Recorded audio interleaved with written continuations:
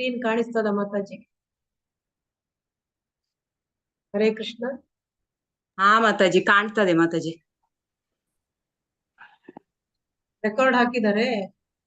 ಹಾ okay okay record on ಮಾಡಿದ್ದಾರೆ. Okay Mataji.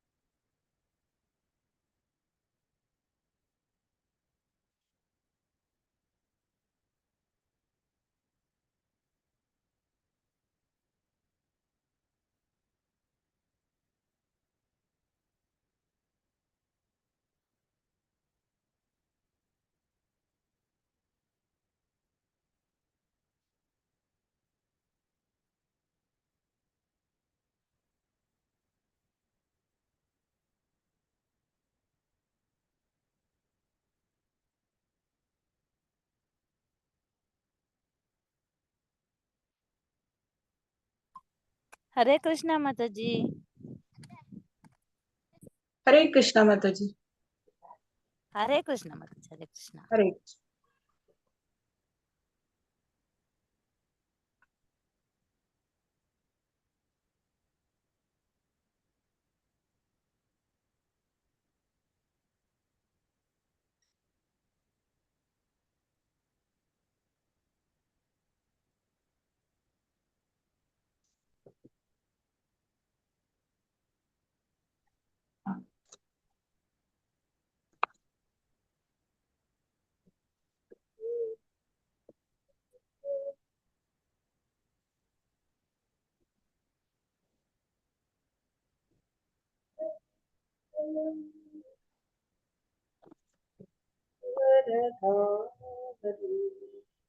यशोनंदन भज जन Yamuna तीरावनचारि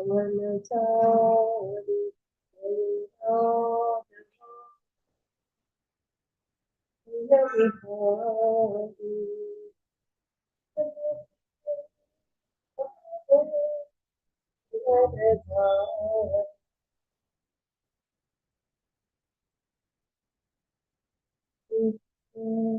Krishna Krishna Hare Hare Hare Rama Hare Rama Rama Rama Hare Hare Hare Krishna Hare Krishna Krishna Krishna Hare Hare Hare Rama Hare Rama Rama Rama Hare Hare Radha Govinda Radha Govinda Jaya Gauranita Jaya Gauranita Gauranita Jaya Gauranita Jaya Jaya Prabhupada Prabhupada Prabhupada Jaya Jaya Prabhupada Jaya Gaura Hari Bol Hari Bol Hari Bol Jaya Gaura Hari Bol Hare Krishna Mataji, ಧನ್ಯವಾದಗಳು. Hare Krishna Mataji, voice break ಆಗ್ತಿದೆ. Start ಮಾಡಿ. ರಾಧಾ ಗೋವಿಂದ ಮಂಗಳೂರು ಇವರು ಆಯೋಜಿಸಿರುವ ಪ್ರಭುಪಾದರ ಲೀಲಾಮೃತ ತರಗತಿಗೆ ಎಲ್ಲರಿಗೂ ಸ್ವಾಗತ. ಮೊದಲಿಗೆ ಪ್ರಾರ್ಥನೆ. ಓಂ ಅಜ್ಞಾನತಿಮಿರಾಂಧಸ್ಯ ಜ್ಞಾನಾಂಜನಶಲಾಕಯ ಚಕ್ಷುರ್ ಉನ್ಮೀಲಿತಂ ಯೇನ ತಸ್ಮೈ ಶ್ರೀ ಗುರುವೇ ನಮಃ. ಶ್ರೀ ಚೈತನ್ಯ ಮನೋಭೀಷ್ಟಂ ಸ್ಥಾಪಿತಂ ಯೇನ ಭೂತಲೆ ಸ್ವಯಂ ರೂಪ ಕದಾ ಮಹ್ಯಂ ದದಾತಿ ಸ್ವಪದಾಂತಿಕಂ. ವಂದೇಹಂ ಶ್ರೀ ಗುರೋ ಶ್ರೀಯುತ ಪದ ಕಮಲಂ ಶ್ರೀ ಗುರುನ್ ವೈಷ್ಣವಾಂಶ ಶ್ರೀ ರೂಪಂ ಸಾಗ್ರಜಾತಂ ಸಗಣ ರಘುನಾಥಾನ್ವಿತಂ ತಂ ಸಜೀವಂ ಸಾದ್ವೈತಂ ಸಾವಧೂತಂ ಪರಿಜನ ಸಹಿತಂ ಕೃಷ್ಣ ಚೈತನ್ಯ ದೇವಂ ಶ್ರೀ ರಾಧಾ ಕೃಷ್ಣ ಪಾದಾನ್ ಸಗಣ ಲಲಿತಾ ಶ್ರೀ ವಿಶಾಖಾನ್ವಿತಾಂಶ. ಹೇ ಕೃಷ್ಣ ಕರುಣಾ ಸಿಂಧೋ ದೀನ ಬಂಧೋ ಜಗತ್ಪತೆ ಗೋಪೇಶ ಗೋಪಿಕಾ ಕಾಂತ ರಾಧಾ ಕಾಂತ ನಮೋಸ್ತುತೆ. ತಪ್ತ ಕಾಂಚನ ಗೌರಾಂಗಿ ರಾಧೆ ವೃಂದಾವನೇಶ್ವರಿ ವೃಷಭಾನುಸುತೆ ದೇವಿ ಪ್ರಣಮಾಮಿ ಹರಿಪ್ರಿಯೆ. ವಾಂಛಾ ಕಲ್ಪತರುಭ್ರಶ್ಚ ಕೃಪಾ ಸಿಂಧುಭ್ಯ ಏವ ಚ ಪತಿತಾನಾಂ ಪಾವನೇಭ್ಯೋ ವೈಷ್ಣವೇಭ್ಯೋ ನಮೋ ನಮಃ. ನಮೋ ಓಂ ವಿಷ್ಣುಪಾದಾಯ ಕೃಷ್ಣಪ್ರೇಷ್ಠಾಯ ಭೂತಲೆ ಶ್ರೀಮತಿ ಭಕ್ತಿ ವೇದಾಂತ ಸ್ವಾಮಿನ್ ಇತಿ ನಾಮಿನೆ. ನಮಸ್ತೆ ಸಾರಸ್ವತೆ ದೇವೆ ಗೌರವಾಣಿ ಪ್ರಚಾರಿಣೆ ನಿರ್ವಿಶೇಷ ಶೂನ್ಯವಾದಿ ಪಾಶ್ಚಾತ್ಯ ದೇಶತಾರಿಣೆ. ಜೈ ಶ್ರೀ ಕೃಷ್ಣ ಚೈತನ್ಯ ಪ್ರಭು ನಿತ್ಯಾನಂದ ಶ್ರೀ ಅದ್ವೈತ ಗದಾಧರ ಶ್ರೀವಾಸಾದಿ ಗೌರ ಭಕ್ತ ವೃಂದ. ಹರೇ ಕೃಷ್ಣ ಕೃಷ್ಣ ಕೃಷ್ಣ ಹರೇ ಹರೇ ಹರೇ ರಾಮ ರಾಮ ರಾಮ ಹರೇ ಹರೇ. ಹರೇ ಕೃಷ್ಣ ಕೃಷ್ಣ ಕೃಷ್ಣ ಹರೇ ಹರೇ ಹರೇ ರಾಮ ರಾಮ ರಾಮ ಹರೇ ಹರೇ. ಹರೇ ಕೃಷ್ಣ ಕೃಷ್ಣ ಕೃಷ್ಣ ಹರೇ ಹರೇ ಹರೇ ರಾಮ ರಾಮ ರಾಮ ಹರೇ ಹರೇ. ಹರೇ ಕೃಷ್ಣ. ಹರೇ ಕೃಷ್ಣ ಮಾತಾಜಿ. ಹರೇ ಹರೇ ಕೃಷ್ಣ. ಹರೇ ಕೃಷ್ಣ. ಹರೇ ಕೃಷ್ಣ ಹರೇ ಮಾತಾಜಿ. ಕೃಷ್ಣ ಮಾತಾಜಿ. ಹರೇ ಕೃಷ್ಣ ಮಾತಾಜಿ. ಕೃಷ್ಣ ಹರೇ ಮಾತಾಜಿ. ಕೃಷ್ಣ ಮಾತಾಜಿ. ಹರೇ ಕೃಷ್ಣ ಮಾತಾಜಿ. ದಂಡ ಪ್ರಣಾಮ. ಹರೇ ಕೃಷ್ಣ. ಹರೇ ಕೃಷ್ಣ ಪ್ರಭುಜಿ. ಎಲ್ಲರಿಗೂ ಹರೇ ಕೃಷ್ಣ. ಹರೇ ಕೃಷ್ಣ ಮಾತಾಜಿ. ಹರೇ ಕೃಷ್ಣ ಪ್ರಭುಜಿ. ಶ್ರೀ ಹರೇ ರಾಧಾ ಕೃಷ್ಣ ಗೋವಿಂದ ಮಾತಾಜಿ. ಹರೇ ಕೃಷ್ಣ. ಶ್ರೀ ರಾಧಾ ಗೋವಿಂದ ಮಂದಿರದ ಅಧ್ಯಕ್ಷರಿಗೂ ಎಲ್ಲ ಅಲ್ಲಿರುವ ಮಂದಿರದ ಎಲ್ಲ ವೈಷ್ಣವರಿಗೂ ಎಲ್ಲ ಶಿಕ್ಷಕರಿಗೂ ಹಾಗೂ ನನ್ನ ಗುರುಗಳಿಗೂ ಹಾಗೂ ಇಲ್ಲಿರುವ ಎಲ್ಲ ಶಿಕ್ಷಕರಿಗೂ ಮತ್ತು ಎಲ್ಲ ಪ್ರಭುಜಿಯವರಿಗೂ ಮಾತಾಜಿಯವರಿಗೂ ನನ್ನ ವಂದನೆಗಳು. ಮಾತಾಜಿ ಈ ಪ್ಯಾರಾಗ್ರಾಫಾ?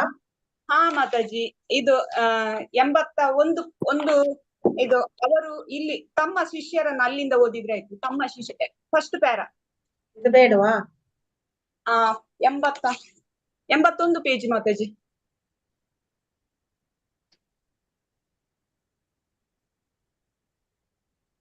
ಗೀತಾ ಮಾತಾಜಿ ಓದ್ತೀರಾ?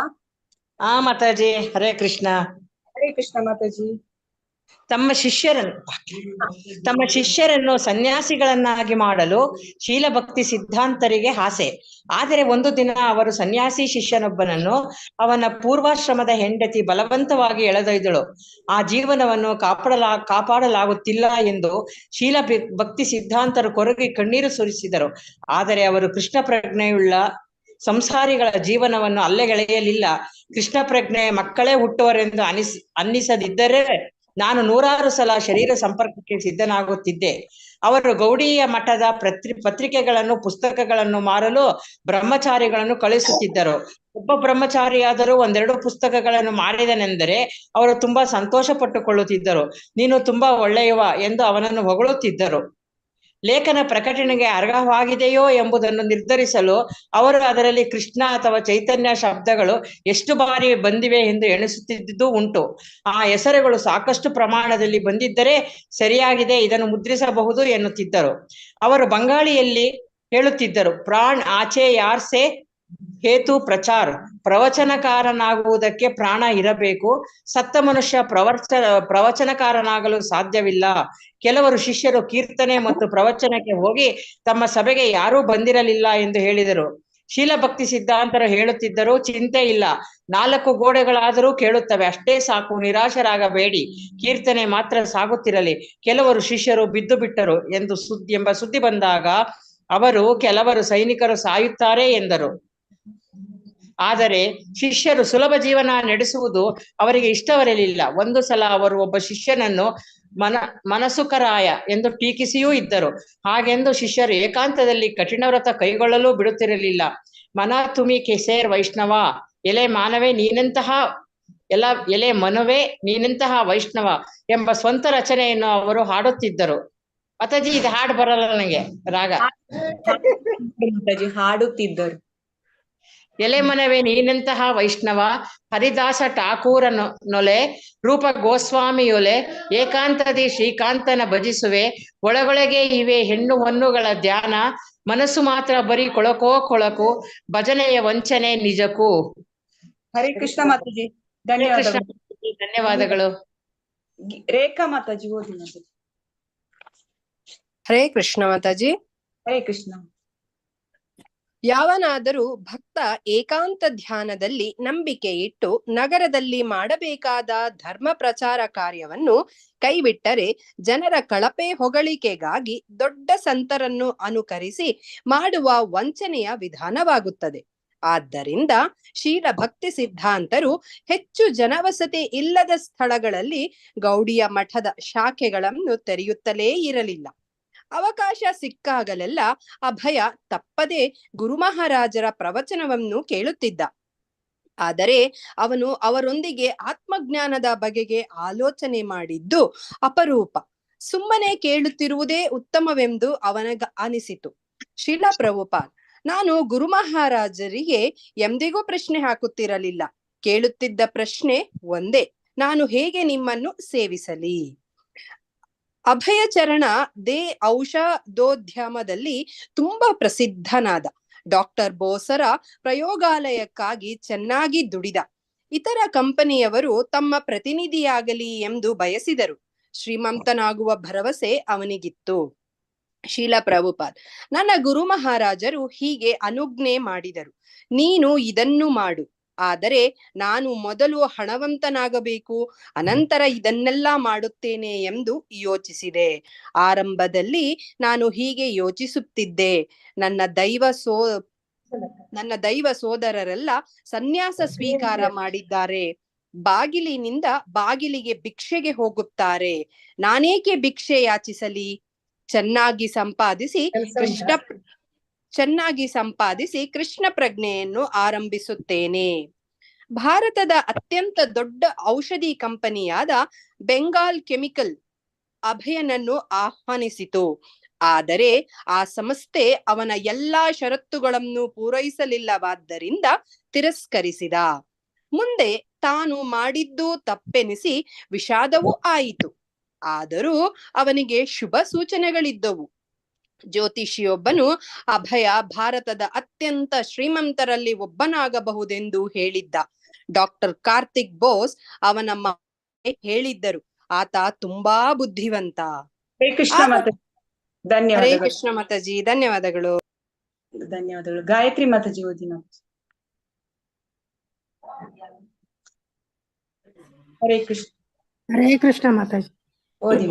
ಆದರೆ ಇತರ ಸೂಚನೆಗಳು ಇದ್ದುವು. ಎಷ್ಟೆಷ್ಟು ಹೆಚ್ಚು ಗ್ರಾಹಕರ ತನ್ನ ವಿಸ್ತಾರವಾದ ಪ್ರಯಾಣದ ಫಲವಾಗಿ ಗ್ರಾಹಕರ ಖಾತೆಗಳನ್ನು ಅಕ್ಷರ ಮುಚ್ಕೊಂಡು ಹೋಗ್ಬಿಟ್ಟಿದೆ. ಹಾಡಿ. ಎಷ್ಟೆಷ್ಟು ಹೆಚ್ಚು ಗ್ರಾಹಕರ ಖಾತೆಗಳನ್ನು ತನ್ನ ವಿಸ್ತಾರವಾದ ಗ್ರಾಹಕರ ಖಾತೆಗಳನ್ನು ಈ ಕಡೆದು ಹೋಗ್ಬಿಟ್ಟಿದೆ ಮಾತಾಜಿ, ಈ ಕಡೆದು ಹೋಗ್ಬಿಟ್ಟಿದೆ. ಓಕೆ, ನಾನು ಓದ್ತೀನಿ ನೋಡಿ, ಮತ್ತೆ ಕಂಟಿನ್ಯೂ ಮಾಡಿ ನಿಮ್ಗೆ ಅದು ಸರಿ ಕಾಣಿದಾಗ. ಆದರೆ ಇತರ ಸೂಚನೆಗಳು ಇದ್ದವು. ಎಷ್ಟೆಷ್ಟು ಹೆಚ್ಚು ಗ್ರಾಹಕರ ಖಾತೆಗಳನ್ನು ತನ್ನ ವಿಸ್ತಾರವಾದ ಪ್ರಯಾಣದ ಫಲವಾಗಿ ತೆರೆಯುತ್ತಾ ಹೋದೇನೋ ಅಷ್ಟೇ ಪ್ರಯಾಣದ ವಸು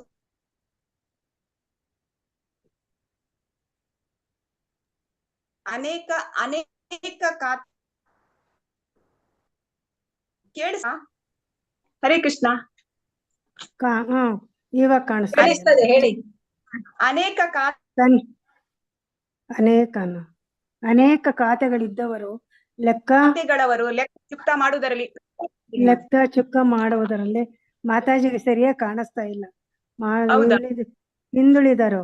ಬರಬೇಕಾದ ಮೊತ್ತ ಏರುತ್ತಾ ಹೋಯಿತು. ಕೊನೆಗೆ ಡಾಕ್ಟರ್ ಬೋಸರ ಪ್ರಯೋಗಾಲಯಕ್ಕೆ ಅಭಯ 10,000 ರೂಪಾಯಿಗಳಷ್ಟನ್ನು ತೀರಿಸಬೇಕಾಗಿತ್ತು. ಅಲ್ಲದೆ ಅಭಯನಿಗೆ ಶತ್ರುಗಳು ಇದ್ದರು. ಅಭಯನು ಹಿಂದೆ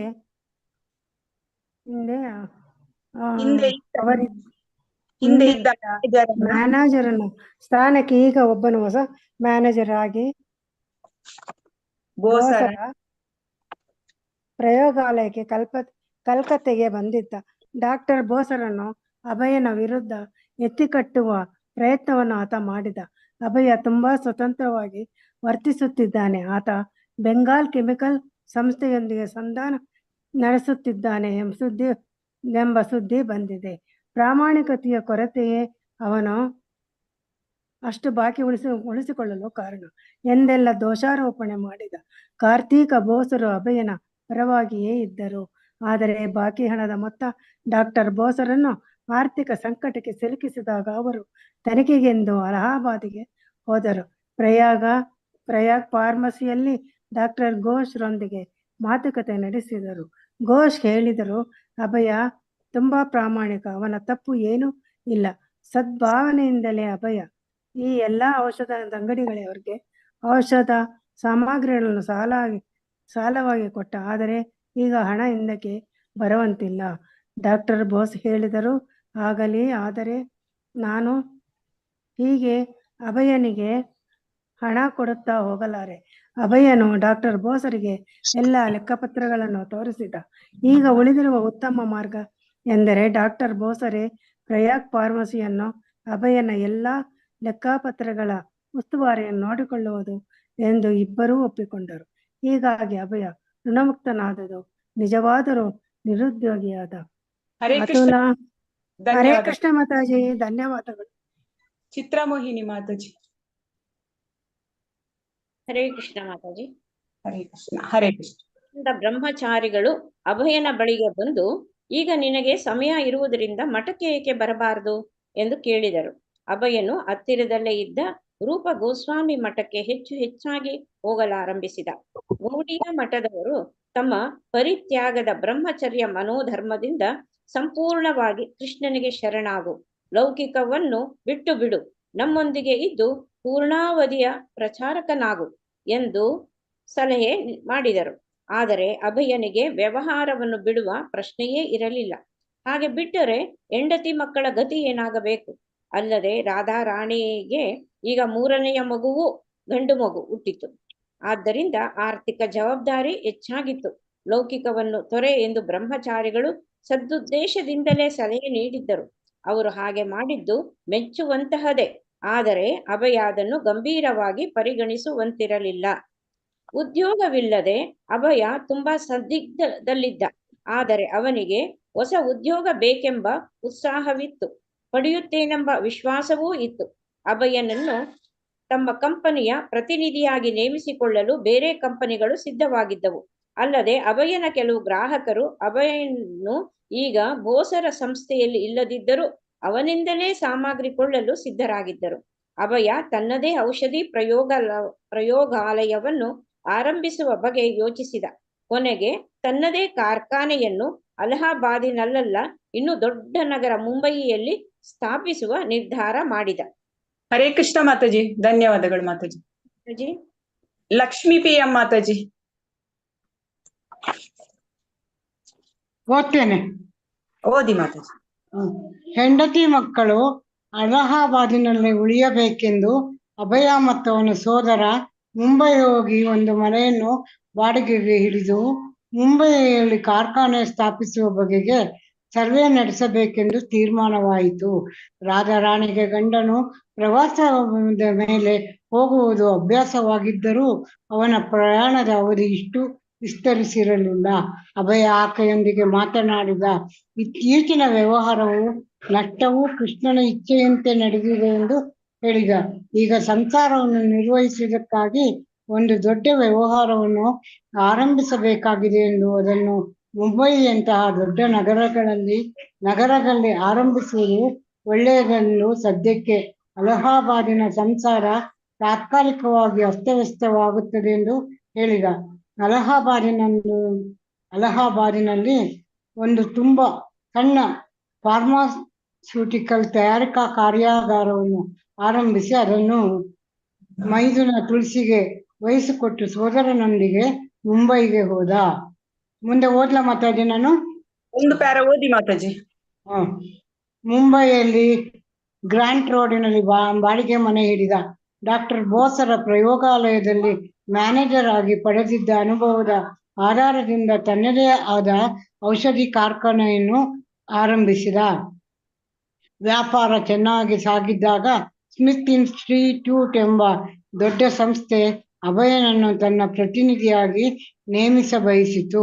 ಸ್ಮಿತ್ ಸಂಸ್ಥೆಯು ಪ್ರತಿನಿಧಿಯಾಗಿ ಹಣ ಸಂಪಾದನೆ ಮಾಡಬಹುದು, ಇತ್ತ ಅದೇ ಸಮಯಕ್ಕೆ ತನ್ನ ಕಾರ್ಖಾನೆಯನ್ನು ಅಭಿವೃದ್ಧಿ ಪಡಿಸಿಕೊಳ್ಳಬಹುದು ಎಂಬ ಲೆಕ್ಕಾಚಾರ ಹಾಕಿ ಅಭಯ ಆ ಕೆಲಸವನ್ನು ಒಪ್ಪಿಕೊಂಡ.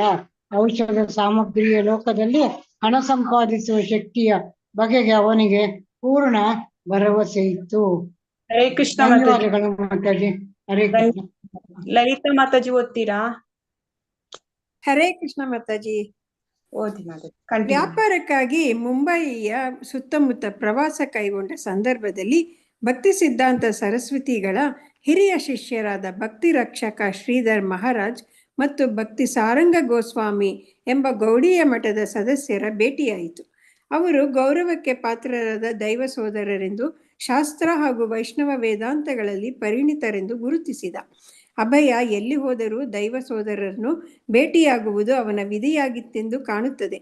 ಮೇಲುನೋಟಕ್ಕೆ ವಿಚಿತ್ರವಾಗಿ ಕಾಣುಬರುವ ತಮ್ಮ ವಿಚಿತ್ರ ಭೇಟಿ ಶುಭ ಚಿಹ್ನೆ ಎಂದು ಸನ್ಯಾಸಿಗಳು ಮತ್ತು ಅಭಯ ಇಬ್ಬರೂ ಭಾವಿಸಿದರು. ಅಲಹಾಬಾದಿನ ಗೌಡಿಯ ಮಠದ ಸದಸ್ಯರಿಗೆ ಇದ್ದಂತೆ ಈ ಪ್ರಚಾರಕರಿಗೆ ಶಾಶ್ವತ ವಾಸಸ್ಥಳ ಇರಲಿಲ್ಲ. ಆದರೆ ಒಂದು ಕೇಂದ್ರವನ್ನು ಆರಂಭಿಸಲು ಅವರು ಪ್ರಯತ್ನಿಸುತ್ತಿದ್ದರು. ಶ್ರೀಲ ಭಕ್ತಿ ಸಿದ್ಧಾಂತ ಸರಸ್ವತಿಗಳ ಪರವಾಗಿ ಅವರು ಸಹಾಯಕರನ್ನು ಹುಡುಕುತ್ತಾ ಮನೆ ಮನೆಗೆ ಹೋಗುತ್ತಾ ಮುಂಬಯಿಯಲ್ಲಿ ಗೌಡಿಯ ಮಠದ ಒಂದು ಕೇಂದ್ರವನ್ನು ತೆರೆಯಲು ಪ್ರಯತ್ನ ಮಾಡುತ್ತಿದ್ದರು. ಅಭಯನಿಗೆ ಸಹಾಯ ಮಾಡಬೇಕೆನಿಸಿತು. ಗುರು ಮಹಾರಾಜರ ಸೇವೆಯಲ್ಲಿ ದೈವ ಸೋದರರಲ್ಲಿ ಒಬ್ಬನಾಗಿ ಅಭಯ ತನ್ನ ಸೇವಾ ಹಸ್ತವನ್ನು ಚಾಚಿದ. ಸನ್ಯಾಸಿಗಳಾಗಿ ಅವರು ಉನ್ನತ ಸ್ಥಾನದಲ್ಲಿದ್ದರೂ ತಮ್ಮ ನಿಸ್ಸಹಾಯಕವೆನಿಸುವ ಸ್ಥಿತಿಯಲ್ಲಿ ಅವರು ಸಹಾಯವನ್ನು ಕೋರಿದರು. ಅಭಯನ ಸಹಾಯವನ್ನು ಕೋರಿದರು. ಅವರು ಪ್ರೋಕ್ಟರ್ ರಸ್ತೆಯ ಒಂದು ಸಣ್ಣ ಮನೆಯಲ್ಲಿದ್ದರು.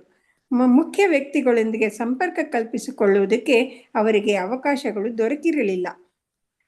ಈಗ ಅವರೆಲ್ಲ ಒಂದು ಗುಂಪನ್ನು ಮಾಡಿಕೊಂಡರು. ಅಭಯನು ಈ ಸನ್ಯಾಸಿಗಳಿಗೆ ತನ್ನ ವ್ಯಾಪಾರಿ ಸ್ನೇಹಿತರನ್ನು ಪರಿಚಯಿಸಿಕೊಡುತ್ತಿದ್ದ. ಸನ್ಯಾಸಿಗಳು ಅವರುಗಳಿಂದ ಮಠದ ಹೊಸ ಕೇಂದ್ರಕ್ಕಾಗಿ ವಂತಿಗೆ ತೆಗೆದುಕೊಳ್ಳುತ್ತಿದ್ದರು. ಅಭಯ ಚರಣಾರವಿಂದ ಧನ ಸಂಗ್ರಹದಲ್ಲಿ ಚತುರ. ಸಂತೋಷದಿಂದ ಅದಕ್ಕಾಗಿ ಕಾಲವನ್ನು ಮೀಸಲಾಗಿಟ್ಟ ಗೌಡಿಯ ಮಠದ ದೈವಿ ಸೋದರರು ಮಠದ ಸೇವಾ ಕಾರ್ಯದಲ್ಲಿ ಪೂರ್ಣವಾಗಿ ಭಾಗವಹಿಸುವಂತೆ ಅಭಯನನ್ನು ಎಳೆಯುತ್ತಿದ್ದರು. ಶ್ರೀಲ ಪ್ರಭುಪಾದ: ನಾವು ಹಣ ಸಂಗ್ರಹಕ್ಕಾಗಿ ಒಂದು ಗುಂಪನ್ನು ಮಾಡಿಕೊಂಡೆವು. ಶ್ರೀಧರ ಮಹಾರಾಜರು, ಗೋಸ್ವಾಮಿ ಮಹಾರಾಜರು ಮತ್ತು ನಾನು. ಅವರನ್ನು ನನ್ನ ಕೆಮಿಸ್ಟ್ ಹಾಗೂ ವೈದ್ಯ ಗೆಳೆಯರ ಬಳಿ ಕರೆದೊಯ್ದು 2 ದಿನಗಳಲ್ಲಿ 500 ರೂಪಾಯಿಗಳನ್ನು ಸಂಗ್ರಹಿಸಿದೆವು. ನಾನು ಪರಿಚಯ ಮಾಡಿಕೊಡುತ್ತಿದ್ದೆ. ಶ್ರೀಧರ ಮಹಾರಾಜರು ಮಾತನಾಡುತ್ತಿದ್ದರು. ಗೋಸ್ವಾಮಿ ಮಹಾರಾಜರು ಪ್ರಚಾರದ ಕಾರ್ಯ ವಹಿಸಿಕೊಂಡಿದ್ದರು. ಗೋಸ್ವಾಮಿ ಮಹಾರಾಜರು ಮೆಚ್ಚಿ ನನ್ನ ಬಗೆಗೆ ತುಂಬ ಒಳ್ಳೆಯ ಮಾತಾಡಿದ್ದರು. ಈ ಬಾಬು ತುಂಬ ಪರಿಣತರು. ಅವರಿಗೆ ಎಷ್ಟು ಜನ ಸ್ನೇಹಿತರು, ಎಷ್ಟೊಂದು ಹಣ ಸಂಗ್ರಹಿಸಿ ಕೊಟ್ಟಿದ್ದಾರೆ. ಇವರು ನಮ್ಮ ಮಠದ ನಿರ್ವಾಹಕರಾಗಬಾರದೇಕೆ? ನಮ್ಮೊಂದಿಗೆ ವಾಸಿಸಬಾರದೇಕೆ? ಬೇರೆಯಾಗಿ ಯಾಕೆ ವಾಸಿಸುತ್ತಿದ್ದಾರೆ? ಹರೇ ಕೃಷ್ಣ. ಹರೇ ಕೃಷ್ಣ ಮಾತಾಜಿ. ಧನ್ಯವಾದ ಮಾತಾಜಿ. ಮಂಜುಳಾ ಮಾತಾಜಿ ಓದ್ತೀರಾ? ಹರೇ ಕೃಷ್ಣ. ಮಂಜುಳನ ಮಾತಾಜಿ? ಒಂದೇ ಮಂಜುಳಾ ಕಾಣ್ತಾ ಉಂಟು ಇಲ್ಲಿ. ಹ್ಯಾಂಡ್ ರೈಸ್ ಮಾಡಿಲ್ಲ. ಓದಿ ಮಾತಾಜಿ. ಓದ್ತೀನಿ ಮಾತಾಜಿ. ಓದಿ. ಪುಟ್ಟ ರಸ್ತೆಯ ಮಠಕ್ಕೆ ಅಭಯ ಹೋಗುತ್ತಿದ್ದ, ಕೀರ್ತನೆಯಲ್ಲಿ ಭಾಗವಹಿಸುತ್ತಿದ್ದ, ಅವರ ಭಾಗವತ ಪ್ರವಚನವನ್ನು ಆಲಿಸುತ್ತಿದ್ದ. ಸನ್ಯಾಸಿಗಳ ಪ್ರಾರ್ಥನೆಯಂತೆ ಮುಂಬೈ ಶಾಖೆಗೆ ಒಳ್ಳೆಯ ಸ್ಥಳವನ್ನೇ ಹುಡುಕಿಕೊಡುವ ಜವಾಬ್ದಾರಿಯನ್ನು ಹೊತ್ತುಕೊಂಡ. ನಗರದಲ್ಲಿ ಎಲ್ಲಿ ಹೋದರೂ ಮಠಕ್ಕಾಗಿ ಒಳ್ಳೆಯ ಸ್ಥಳ ಹುಡುಕುತ್ತಿದ್ದ. ಅಲಹಾಬಾದಿನ ಸಂಸಾರದ ಜವಾಬ್ದಾರಿಯಂತೆಯೇ ದೀಕ್ಷೆ ಪಡೆದಿದ್ದ ಕಾರಣದಿಂದ ತನ್ನ ದೈವ ಸೋದರರ ಸಹಾಯಕ್ಕೆ ನಿಲ್ಲುವ ಜವಾಬ್ದಾರಿಗೂ ಅವನು ಒಬ್ಬನಾಗಿದ್ದ. ಮಾತಾಜಿ ಬದ್ಧನಾಗಿದ್ದ.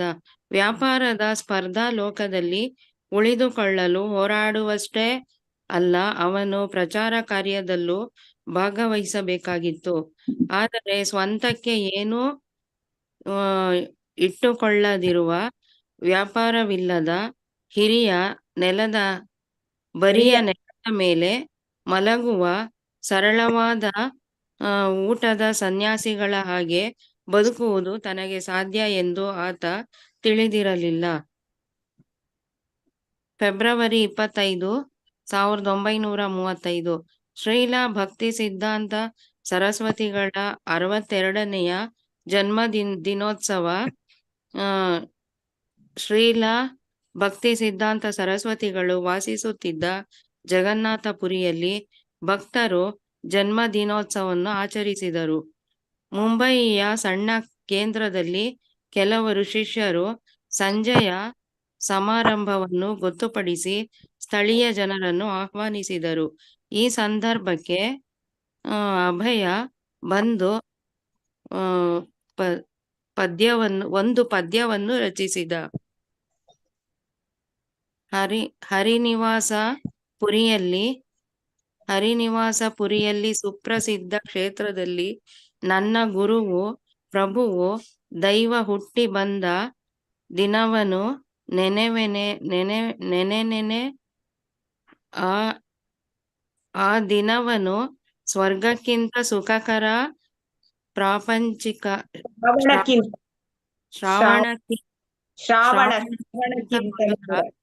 ಶ್ರಾವಣಕ್ಕಿಂತ ಮಧುರ. ನೆನೆ ಆ ದಿನವನು.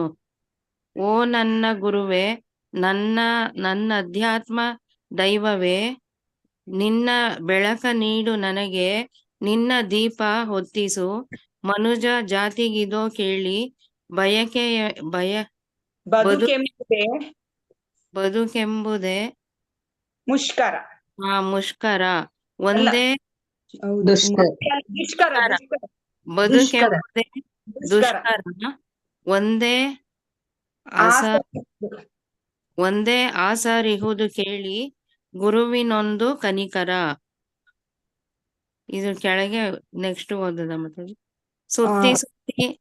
ಸುತ್ತಿ ಎಲ್ಲೆಲ್ಲೋ ತಪ್ಪಿರುವೆವು, ದಾರಿ ಉಳಿಸು ಪ್ರಭುವೆ, ಉಳಿಸು ನಮ್ಮ ಎಂದೆವು ಹೌಹಾರಿ. ನಿನ್ನ ದಾರಿ ಬಲು ಸೊಗಸು, ಆಧ್ಯಾತ್ಮದ ಕಡೆಗೆ ತಿರುಗಿಸು. ಶ್ರೀಪಾದಕ್ಕೆ ಮಣಿವೆವು, ಕರುಣಿಸೆಮ್ಮ ನೆಂಬೆವು. ಹರೇ ಕೃಷ್ಣ. ಧನ್ಯವಾದಗಳು. ಶಿವಶಂಕರ್ ಪ್ರಭುಜಿ ಓದ್ತೀರಾ? ಓದ್ತೀನಿ ಮಾತಾಜಿ. ಪತಿತಾತ್ಮರು ನಾವು ಕೇಳು, ಕೃಷ್ಣ ಪ್ರಜ್ಞೆ ಮರೆತು ಅನುಭವಿಸುತ್ತಿರುವೆವು. ಭ್ರಮೆಯೊಳಗೆ ಬೆರೆತು ಸುತ್ತಮುತ್ತ ಅಂಧಕಾರ ಗುರುತೇ ಇರದ ಕತ್ತಲು. ಆಶಾ ಕಿರಣ ನೀನು ಬಂದೆ ನಮ್ಮನ್ನೆಲ್ಲ ಎತ್ತಲು ಎತ್ತಲು ಎತ್ತಲು ಎತ್ತಲು ಎತ್ತನು. ಸೇವೆಗಾಗಿ ಜೀವ ಮುಡಿಪು. ಇದೇ ಸಂದೇಶ ನಿನ್ನದು. ನೆಮ್ಮದಿಗೆ ಆದಿ ಇದು ಚೈತನ್ಯರು ಕೊಟ್ಟುದು ಎಲ್ಲರಿಗೂ ತಿಳಿಯದಂತೆ. ಕೊಡುವುದಿದು ಶ್ರೀರಕ್ಷೆ. ಕರುಣಾಕರ ಗುರುವೇ, ಇದುವೇ ನಿನ್ನ ಕೃಪೆಯ ಭಿಕ್ಷೆ. ಪರಬ್ರಹ್ಮನೇ, ಸುಸ್ವರೂಪಿ ಎಂದು ಸಾಧಿಸಿರುವೆ. ಮಾಯವಾದ ಗೊಂದಲವನ್ನು ದೂರ ಸರಿಸುತ್ತಿರುವೆ. ಬಾಳಿಗಿರುವುದಿದುವೇ ಕೇಳು. ನಿಚ್ಚ ಹೊಸತನ ಶ್ರೀಪಾದಕ್ಕೆ ಮಣಿವೆವು. ಕರುಣಿಸೆಮ್ಮೆನೆಂಬುವು. ನೀನು ಬಾರದಿದ್ದರೆ ಕೃಷ್ಣ ಬಲ ಹೊಗಳಲು ಬೇರೆ ಯಾರು ಇದ್ದಾರಯ್ಯ ಅಂತ ಕತೆ ಹೇಳಲು. ಅದುವೇ ನನ್ನ ಹಕ್ಕು ಕೇಳು. ನಿನ್ನಲ್ಲಿಹುದು ಶ್ರೀಗದೆ. ಪತಿತರಾವು ರಕ್ಷೆ ನೀಡು. ತಥಾ ಕೃಪಾ ಕಟಾಕ್ಷದೆ. ನೀನು ಎಳೆದೆ ಸೇವಾ ರೇಖೆ. ಬಲತರವು ಹಿತಕರ. ಮಂಜಿನಂತೆ ಆರೋಗ್ಯಕ್ಕೂ ಶುಭಕರ. ಪರಂಪರೆಯ ಆಳಲು ನೀನು ವೇಷ ಮಾತ್ರ ಹೊಸದು. ಪವಾಡದಂತಹ ಕಾರ್ಯಗೈದ ನಿನ್ನ ಮಹಿಮೆ ಇರಿದು. ಅಭಯ ಚರಣ ದಾಸ. ಅಭಯ ಒಂದು ಉಪನ್ಯಾಸವನ್ನು ಸಿದ್ಧಪಡಿಸಿ ಗೌಡಿಯ ಮಠದ ಸದಸ್ಯರ ಮತ್ತು ಅತಿಥಿಗಳ ಸಭೆಯಲ್ಲಿ ಓದಿದ. ಅವನ ಪ್ರಥಮ ಭಾಷೆ ಬಂಗಾಳಿಯಾದರೂ ಅವನ ಇಂಗ್ಲಿಷ್ ಭಾಷೆ ಸ್ಪಷ್ಟವಾಗಿತ್ತು, ಸಹಜವಾಗಿತ್ತು. ಮಾನ್ಯರೇ, ಈ ಸಂಜೆ ಆಚಾರ್ಯ ದೇವರ ಹುಟ್ಟು ಹಬ್ಬದ ಸಮಾರಂಭವು ಒಂದು ಮತೀಯ ಗುಂಪಿಗೆ ಮೀಸಲಾದುದಲ್ಲ. ಏಕೆಂದರೆ ನಮ್ಮ ಗುರುದೇವರ ಆಚಾರ್ಯ ದೇವರ ಮೂಲಭೂತ ಸಿದ್ಧಾಂತವನ್ನು ನಾವು ಪ್ರಸ್ತಾವಿಸುವಾಗ ಈ ಜಗತ್ತಿಗೆಲ್ಲ ಅನ್ವಯಿಸುವಂತದ್ದನ್ನೇ ಹೇಳದಂತಾಗುತ್ತದೆ. ನನ್ನ ಗುರುವನ್ನು ನಿಮ್ಮ ಅಥವಾ ಯಾರೊಬ್ಬರ ಗುರುವಿನೊಂದಿಗೆ ತೂಗಿ ನೋಡುವ ಪಕ್ಷಪಾತದ ಪ್ರಶ್ನೆ ಇಲ್ಲ, ಹೇಳುವುದಿಲ್ಲ. ಇರುವುದು ಒಬ್ಬನೇ ಗುರು. ನನಗೆ, ನಿಮಗೆ ಮತ್ತು ಇತರರಿಗೆ ಬೇರೆ ಬೇರೆ ರೂಪಗಳಲ್ಲಿ ಬೋಧಿಸುತ್ತಾನೆ ಅಷ್ಟೇ. ಅಧಿಕೃತ ಪವಿತ್ರ ಗ್ರಂಥಗಳಲ್ಲಿ ತಿಳಿದು ಬರುವಂತೆ ಶ್ರೀ ಗುರು ಆಚಾರ್ಯ ದೇವನು ಪರಂಧಾಮದ ಸಂದೇಶವನ್ನು ನಮಗೆ ತಲುಪಿಸುತ್ತಾನೆ. ಪರಂಧಾಮ ಎಂದರೆ ಪರಮ ಪುರುಷ, ದಿವ್ಯ ನೆಲೆ. ಅಲ್ಲಿ ಎಲ್ಲವೂ ತಾರತಮ್ಯ ಭಾವವಿಲ್ಲದೆ ಪರಮ ಸತ್ಯವನ್ನು ಸೇವಿಸುತ್ತವೆ. ಹರೇ ಕೃಷ್ಣ ಪ್ರಭುಜಿ, ಧನ್ಯವಾದಗಳು. ಹರೇ ಕೃಷ್ಣ ಮಾತಾಜಿ. ಶಂತಿ ಮಾತಾಜಿ ಓದ್ತೀರಾ?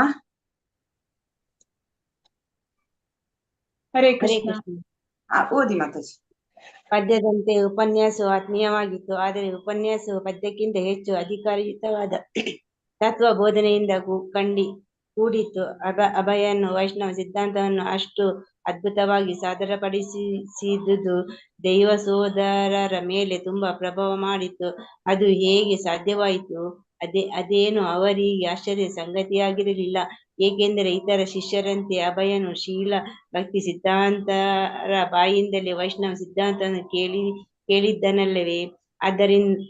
ಅವರಿಂದ ಕೇಳಿದ್ದ ಗೀತೆ, ಭಾಗವತ ಮತ್ತು ಭಕ್ತಿರಸಾಮೃತ ಸಿಂಧುಗಳನ್ನು ಓದಿದ್ದ ಅಭಯ ಗುರು ಮಹಾರಾಜರ ಬೋಧನೆಯನ್ನು ಏಕೆ ವಿವರಿಸಬಾರದು? ಅಭಯನು ಪರಂಪರೆಯ ಭಕ್ತನೇ ಅಲ್ಲವೇ? ಎಲ್ಲ ನಿಜ. ಆದರೆ ಅಭಯ ಇಂಗ್ಲಿಷ್ನಲ್ಲಿ ಅಷ್ಟು ಚೆನ್ನಾಗಿ ಮಾತನಾಡಬಲ್ಲನೆಂಬುದು ಈವರೆಗೆ ಅವರಿಗೆ ಗೊತ್ತಿರಲಿಲ್ಲ. ಆದ್ದರಿಂದ ಪರಮ ಸತ್ಯವು ಒಂದೇ ಎಂಬುದು ನಿಜವಾದ ಪಕ್ಷದಲ್ಲಿ ಆ ವಿಷಯದಲ್ಲಿ ಭಿನ್ನಾಭಿಪ್ರಾಯವೇ ಇಲ್ಲ. ಗುರು ಇಬ್ಬರಿರಲು ಸಾಧ್ಯವಿಲ್ಲ. ನಮ್ಮ ವಿನಮ್ರ ಗೌರವವನ್ನು ಸೂಚಿಸಲು ನೆರೆದಿರುವ ಆ ಸಭೆಯಲ್ಲಿ ನಮ್ಮ ಗುರುಗಳು ಯಾವುದೋ ಒಂದು ಮತೀಯ ಮಠದ ಗುರು ಅಲ್ಲ, ಅಥವಾ ಅವರು ಸತ್ಯವನ್ನು ಬೇರೆ ಬೇರೆ ರೀತಿಯಲ್ಲಿ ವ್ಯಾಖ್ಯಾನ ಮಾಡುವ ಯಾವುದೊಂದು ಶಾಖೆಗೆ ಸೇರಿದವರಲ್ಲ. ಅದರ ಬದಲಿಗೆ ನನ್ನ ಗುರುಗಳು ಜಗದ್ಗುರುಗಳು, ಅಂದರೆ ನಮ್ಮೆಲ್ಲರ ಗುರುಗಳು. ಒಂದು ವ್ಯತ್ಯಾಸವೇನೆಂದರೆ ಕೆಲವರು ಅಂತರಂಗ ಸಾಕ್ಷಿಯಾಗಿ ಅವರ ಶಿಷ್ಯರಾಗಿದ್ದರೆ, ಉಳಿದವರು ಅವರ ಪರೋಕ್ಷ ಶಿಷ್ಯರು. ಹರೇ ಕೃಷ್ಣ. ಹಾಕ್ಬೇಕಾ ಮಾತಾಜಿ? ಹೌದು, ಹಾಕಿ.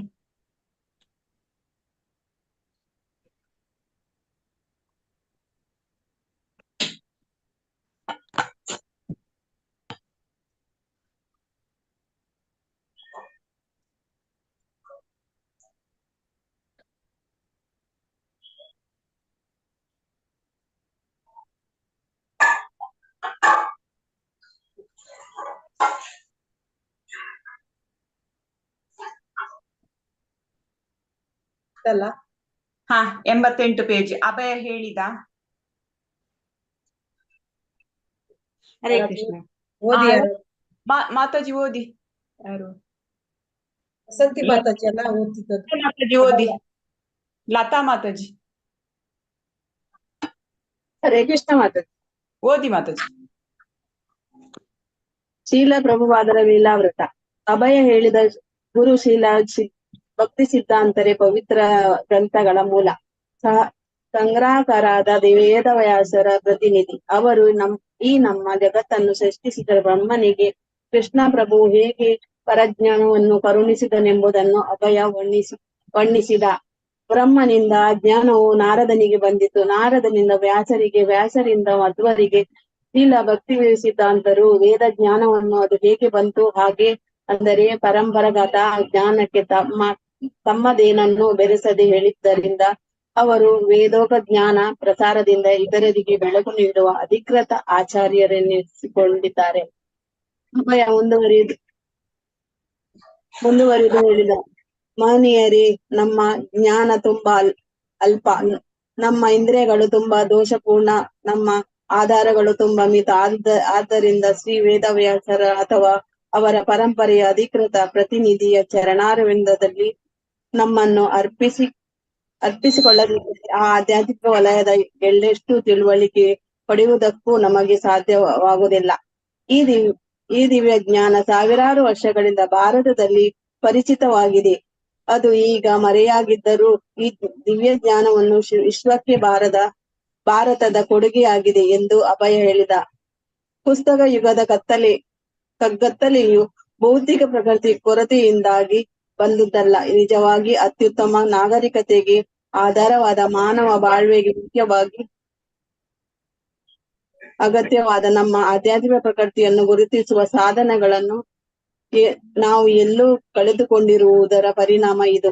ಹಿಂದೆ ಬೆಟ್ಟದ ಮೇಲೆ ನಿಂತು ಶತ್ರುಗಳ ತಲೆಯ ಮೇಲೆ ಬಂಡೆಕಲ್ಲುಗಳನ್ನು ಎಸೆಯುತ್ತಿದ್ದ ಅನಾಗರಿಕ ಆದಿಮಾನವನ ಕ್ರಮಗಳಿಂದ ಈಗಿನ ವಿಮಾನದಲ್ಲಿ ಬಾಂಬುಗಳನ್ನು ಎಸೆಯುವ ಕ್ರಮ ಹೇಗೆ ಪ್ರಗತಿದಾಯಕವಾಗುತ್ತದೆ. ಮೆಷಿನ್ ಗನ್ಗಳನ್ನು ಸೃಷ್ಟಿ ಮಾಡಿ ಅಥವಾ ವಿಶಾಲ ನಿಲಯಗಳನ್ನು ಬಳಸಿ ನೆರೆಹೊರೆಯವರನ್ನು ಕೊಲ್ಲುವ ಕಲೆಯ ಪ್ರಗತಿಯು ಬಿಲ್ಲುಬಾಣಗಳಿಂದ ಜನರನ್ನು ಕೊಂದು ಹೆಮ್ಮೆ ಪಟ್ಟುಕೊಳ್ಳುತ್ತಿದ್ದ ಹಿಂದಿನ ಬರ್ಬರ ಜನರ ಕಲೆಗಿಂತ ಯಾವ ರೀತಿಯಲ್ಲಿ ಹೆಚ್ಚಿನದಾಗಿದೆ. ಅಥವಾ ವಿಜೃಂಭಿತ ಲಾಲಸೆಯ ಪ್ರಗತಿಯು ಭೌತಿಕ ವೃಗ ವ್ಯವಸ್ಥೆಗಿಂತ ಹೆಚ್ಚಿನದೇನನ್ನು ಸಾಧಿಸಬಲ್ಲದು.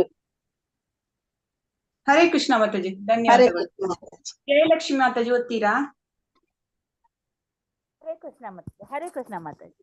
ಓದಿ ಮಾತಾಜಿ. ಇತರ ಜನಾಂಗದವರು ಇನ್ನೂ ಐತಿಹಾಸಿಕ ಕಗ್ಗತ್ತಲೆಯ ಗರ್ಭದಲ್ಲೇ ಇದ್ದಾಗ ಭಾರತದ ಋಷಿಗಳು ಆತ್ಮ ಜ್ಞಾನಕ್ಕೆ ನೆರವಾಗುವ ಬೇರೆ ಬಗೆಯ ನಾಗರಿಕತೆಯನ್ನು ಬೆಳೆಸಿದ್ದರು. ನಾವು ಬರಿಯ ಭೌತಿಕ ಅಸ್ತಿತ್ವಗಳಲ್ಲ, ನಾವೆಲ್ಲ ಚೈತನ್ಯಾತ್ಮಕರಾದ, ಶಾಶ್ವತರಾದ, ಅವಿನಾಶಿಗಳಾದ ಭಗವಂತನ ಸೇವಕರು ಎಂಬುದನ್ನು ಈ ಋಷಿಗಳು ಕಂಡುಕೊಂಡಿದ್ದರು. ಪ್ರವಚನ ಮುಂದುವರಿಯಿತು. ಅಭಯನು ದುರ್ಬಳಕೆಗೆ ಒಳಗಾಗುವ ಮಾನವ ಜೀವನದ ಭಯಂಕರ ಪರಿಣಾಮಗಳನ್ನು, ಆವರ್ತನಗೊಳ್ಳುವ ಹುಟ್ಟು ಸಾವುಗಳ ಯಾತನೆಯನ್ನು ವಿವರಿಸಿದ. ಗುರು ಮಹಾರಾಜರಿಗೆ ಶರಣಾಗುವುದರ ಅಗತ್ಯವನ್ನು ಮತ್ತೆ ಮತ್ತೆ ಪ್ರಸ್ತಾವಿಸಿದ. ಪ್ರತ್ಯಕ್ಷ ಪ್ರಮಾಣವನ್ನು ಮಾತ್ರ ನಂಬುವವರನ್ನು, ಲೌಕಿಕ ತತ್ವಜ್ಞಾನಿಗಳನ್ನು, ದೇವರಲ್ಲಿ ಶ್ರದ್ಧೆಯಿಲ್ಲದ ರಾಜಕಾರಣಿಗಳನ್ನು, ಕುರುಡಾಗಿ ಇಂದ್ರಿಯ ಸುಖಾಪೇಕ್ಷೆಗಳನ್ನು ಅಭಯ ಟೀಕಿಸಿದ. ಮತ್ತು ದೇವರ ಸೇವಕನಾಗುವುದೇ, ದೇವರ ಶುದ್ಧ ಭಕ್ತನ ಸೇವಕನಾಗುವುದೇ ಆತ್ಮನ ಸಹಜ ಉನ್ನತ ನೆಲೆ ಎಂಬ ಅಂಶವನ್ನು ಮತ್ತೆ ಮತ್ತೆ ಹೇಳಿದ. 2 ವರ್ಷಕ್ಕೂ ಮುಂಚೆಯೇ ಗುರು ಮಹಾರಾಜರಿಂದ ದೀಕ್ಷೆ ಪಡೆದಿದ್ದ ಅಭಯ ತನ್ನನ್ನೇ ಒಬ್ಬ ವಿದ್ಯಾರ್ಥಿ ಎಂದು ಭಾವಿಸಿ ಹೇಳಿದ, ಮಾನ್ಯರೇ, ದಿವ್ಯ ಜ್ಞಾನದ ವಿಷಯದಲ್ಲಿ ನಾವೆಲ್ಲ ಅಜ್ಞಾನದ ಬಾಲಕರು. ಆದರೂ ಪೂಜ್ಯರಾದ ನನ್ನ ಗುರುದೇವರು ಪ್ರತ್ಯಕ್ಷ ಪ್ರಮಾಣವನ್ನೇ ನಂಬುವಲ್ಲ, ಲೌಕಿಕ ಜ್ಞಾನದ ಅಜೇಯ ಕಗತಲನ್ನು ದೂರ ಮಾಡುವ ಸಣ್ಣ ಒಂದನ್ನು ನಮ್ಮಲ್ಲಿ ಹೊತ್ತಿಸಿದ್ದಾರೆ. ಆದ್ದರಿಂದ ನಾವೀಗ ಕ್ಷೇಮದ ಹಾದಿಯಲ್ಲಿದ್ದೇವೆ. ಭಾರಿ ಪ್ರಮಾಣದ ಲೌಕಿಕ ಸಿದ್ಧಾಂತ ಶಾಖೆಗಳು ಕೂಡ ಆ ಪೂಜ್ಯರ ಚರಣಕಮಲಗಳನ್ನು ಶಾಶ್ವತವಾಗಿ ಆಶ್ರಯಿಸಿರುವ ನಮ್ಮನ್ನು ಆ ಸ್ಥಳದಿಂದ ಒಂದು ರವೆಯಷ್ಟು ಕದಲಿಸಲಾರವು. ಪ್ರಮುಖ ವಿಷಯದ ಬಗೆಗೆ ಮಾಯವಾದ ಸಿದ್ಧಾಂತದ ಭಾರಿ ವಿದ್ವಾಂಸರೊಡನೆ ಸಂವಾದಕ್ಕೆ ನಾವು ಸಿದ್ಧರಾಗಿದ್ದೇವೆ. ಈ ಪ್ರಮುಖ ವಿಷಯ ಇದು ಕೃಷ್ಣನ ವ್ಯಕ್ತಿತ್ವ ಮತ್ತು ಗೋಲೋಕದಲ್ಲಿ ಆತನ ಅಲೌಕಿಕ ಲೀಲೆಗಳೇ ವೇದದ ಮಹತ್ ತತ್ವಗಳನ್ನು ಗರ್ಭೀಕರಿಸಿಕೊಂಡಿವೆ. ಉಜ್ವಲವಾದ ಶರಣಾಗತಿ ಪ್ರಾರ್ಥನೆಯಿಂದ ಅಭಯ ತನ್ನ ಪ್ರವಚನವನ್ನು ಮುಕ್ತಾಯ ಮಾಡಿದ. ಹರೇ ಕೃಷ್ಣ ಮಾತಾಜಿ, ಧನ್ಯವಾದಗಳು. ಮಾತಾಜಿ ಧನ್ಯವಾದಗಳು. ಹರೇ ಕೃಷ್ಣ. ಉಮಾದೇವಿ ಮಾತಾಜಿ ಓದ್ತೀರಾ? ಹರೇ ಕೃಷ್ಣ ಮಾತಾಜಿ, ಓದ್ತೀನಿ ಮಾತಾಜಿ. ಹರೇ ಕೃಷ್ಣ ಮಾತಾಜಿ. ನನ್ನ ಜೀವನದ ಜ್ಞಾನದಲ್ಲಿ ಬರಬಹುದಾದ ಕೋಟ್ಯಾಂತರ ಜನ್ಮಗಳಲ್ಲಿ ನೇರ ಸೇವೆಯನ್ನು ಮಾಡುವ ಭರವಸೆ ನನಗಿಲ್ಲ. ಆದರೆ ಈಗ ತುಂಬಾ ಆಳದಲ್ಲಿ ಸಿಕ್ಕಿರುವ ಭ್ರಾಂತಿಯ ಕೊಚ್ಚೆಯಿಂದ ಒಂದಲ್ಲ ಒಂದು ದಿನ ನಾನು ಮುಕ್ತನಾಗುತ್ತೇನೆಂಬ ಆತ್ಮ ಪ್ರತ್ಯಯ ನನಗಿದೆ. ಆದುದರಿಂದ ನನ್ನ ಗುರು ಮಹಾರಾಜರ ಚರಣಾರವಿಂದಗಳಲ್ಲಿ ಪ್ರಾಂಜಲನಾಗಿ ನಾನು ಬೇಡುವುದಿಷ್ಟೇ. ನನ್ನ ಹಿಂದಿನ ಕರ್ಮಗಳಿಗೆಲ್ಲ ಅನುಭವಿಸಬೇಕಾದ ಪ್ರಾಯಶ್ಚಿತ್ತವನ್ನು ಅನುಭವಿಸುತ್ತೇನೆ. ಆದರೆ ದಿವ್ಯ ಗುರುಗಳ ಅಗಾಧ ಕರುಣೆಯ ಮೂಲಕ ನಾನು ಸರ್ವಶಕ್ತನೂ ಪರಮನೂ ಆದ ಭಗವಂತನ ಕಿರು ಸೇವಕನೇ ಹೊರತು ಬೇರೆ ಎಲ್ಲವೆಂಬ ಅರಿವನ್ನು ಪಡೆದವನು ಎಂಬುದು ನನ್ನ ಗಮನಕ್ಕೆ ಬರುವಂತೆ ಮಾಡಲಿ. ಆದ್ದರಿಂದ ನಾನು ಅತ್ಯಂತ ವಿನಮ್ರನಾಗಿ ಆ ಗುರುಗಳ ಪಾದಕಮಲಗಳಿಗೆ ಎರಗುತ್ತೇನೆ. ಪದ್ಮ ಭಾಷಣ ಎರಡನ್ನು ಅಭಯ ದಿ ಹಾರ್ಮೋನಿಸ್ಟ್ ಪತ್ರಿಕೆಯ ಕಳಿಸಿದ ಪದ್ಯ ಅಭಯನ ಪ್ರಪ್ರಥಮ ಎಲ್ಲ ಒಟ್ಟೋಯ್ತು ಮಾತಾಜಿ.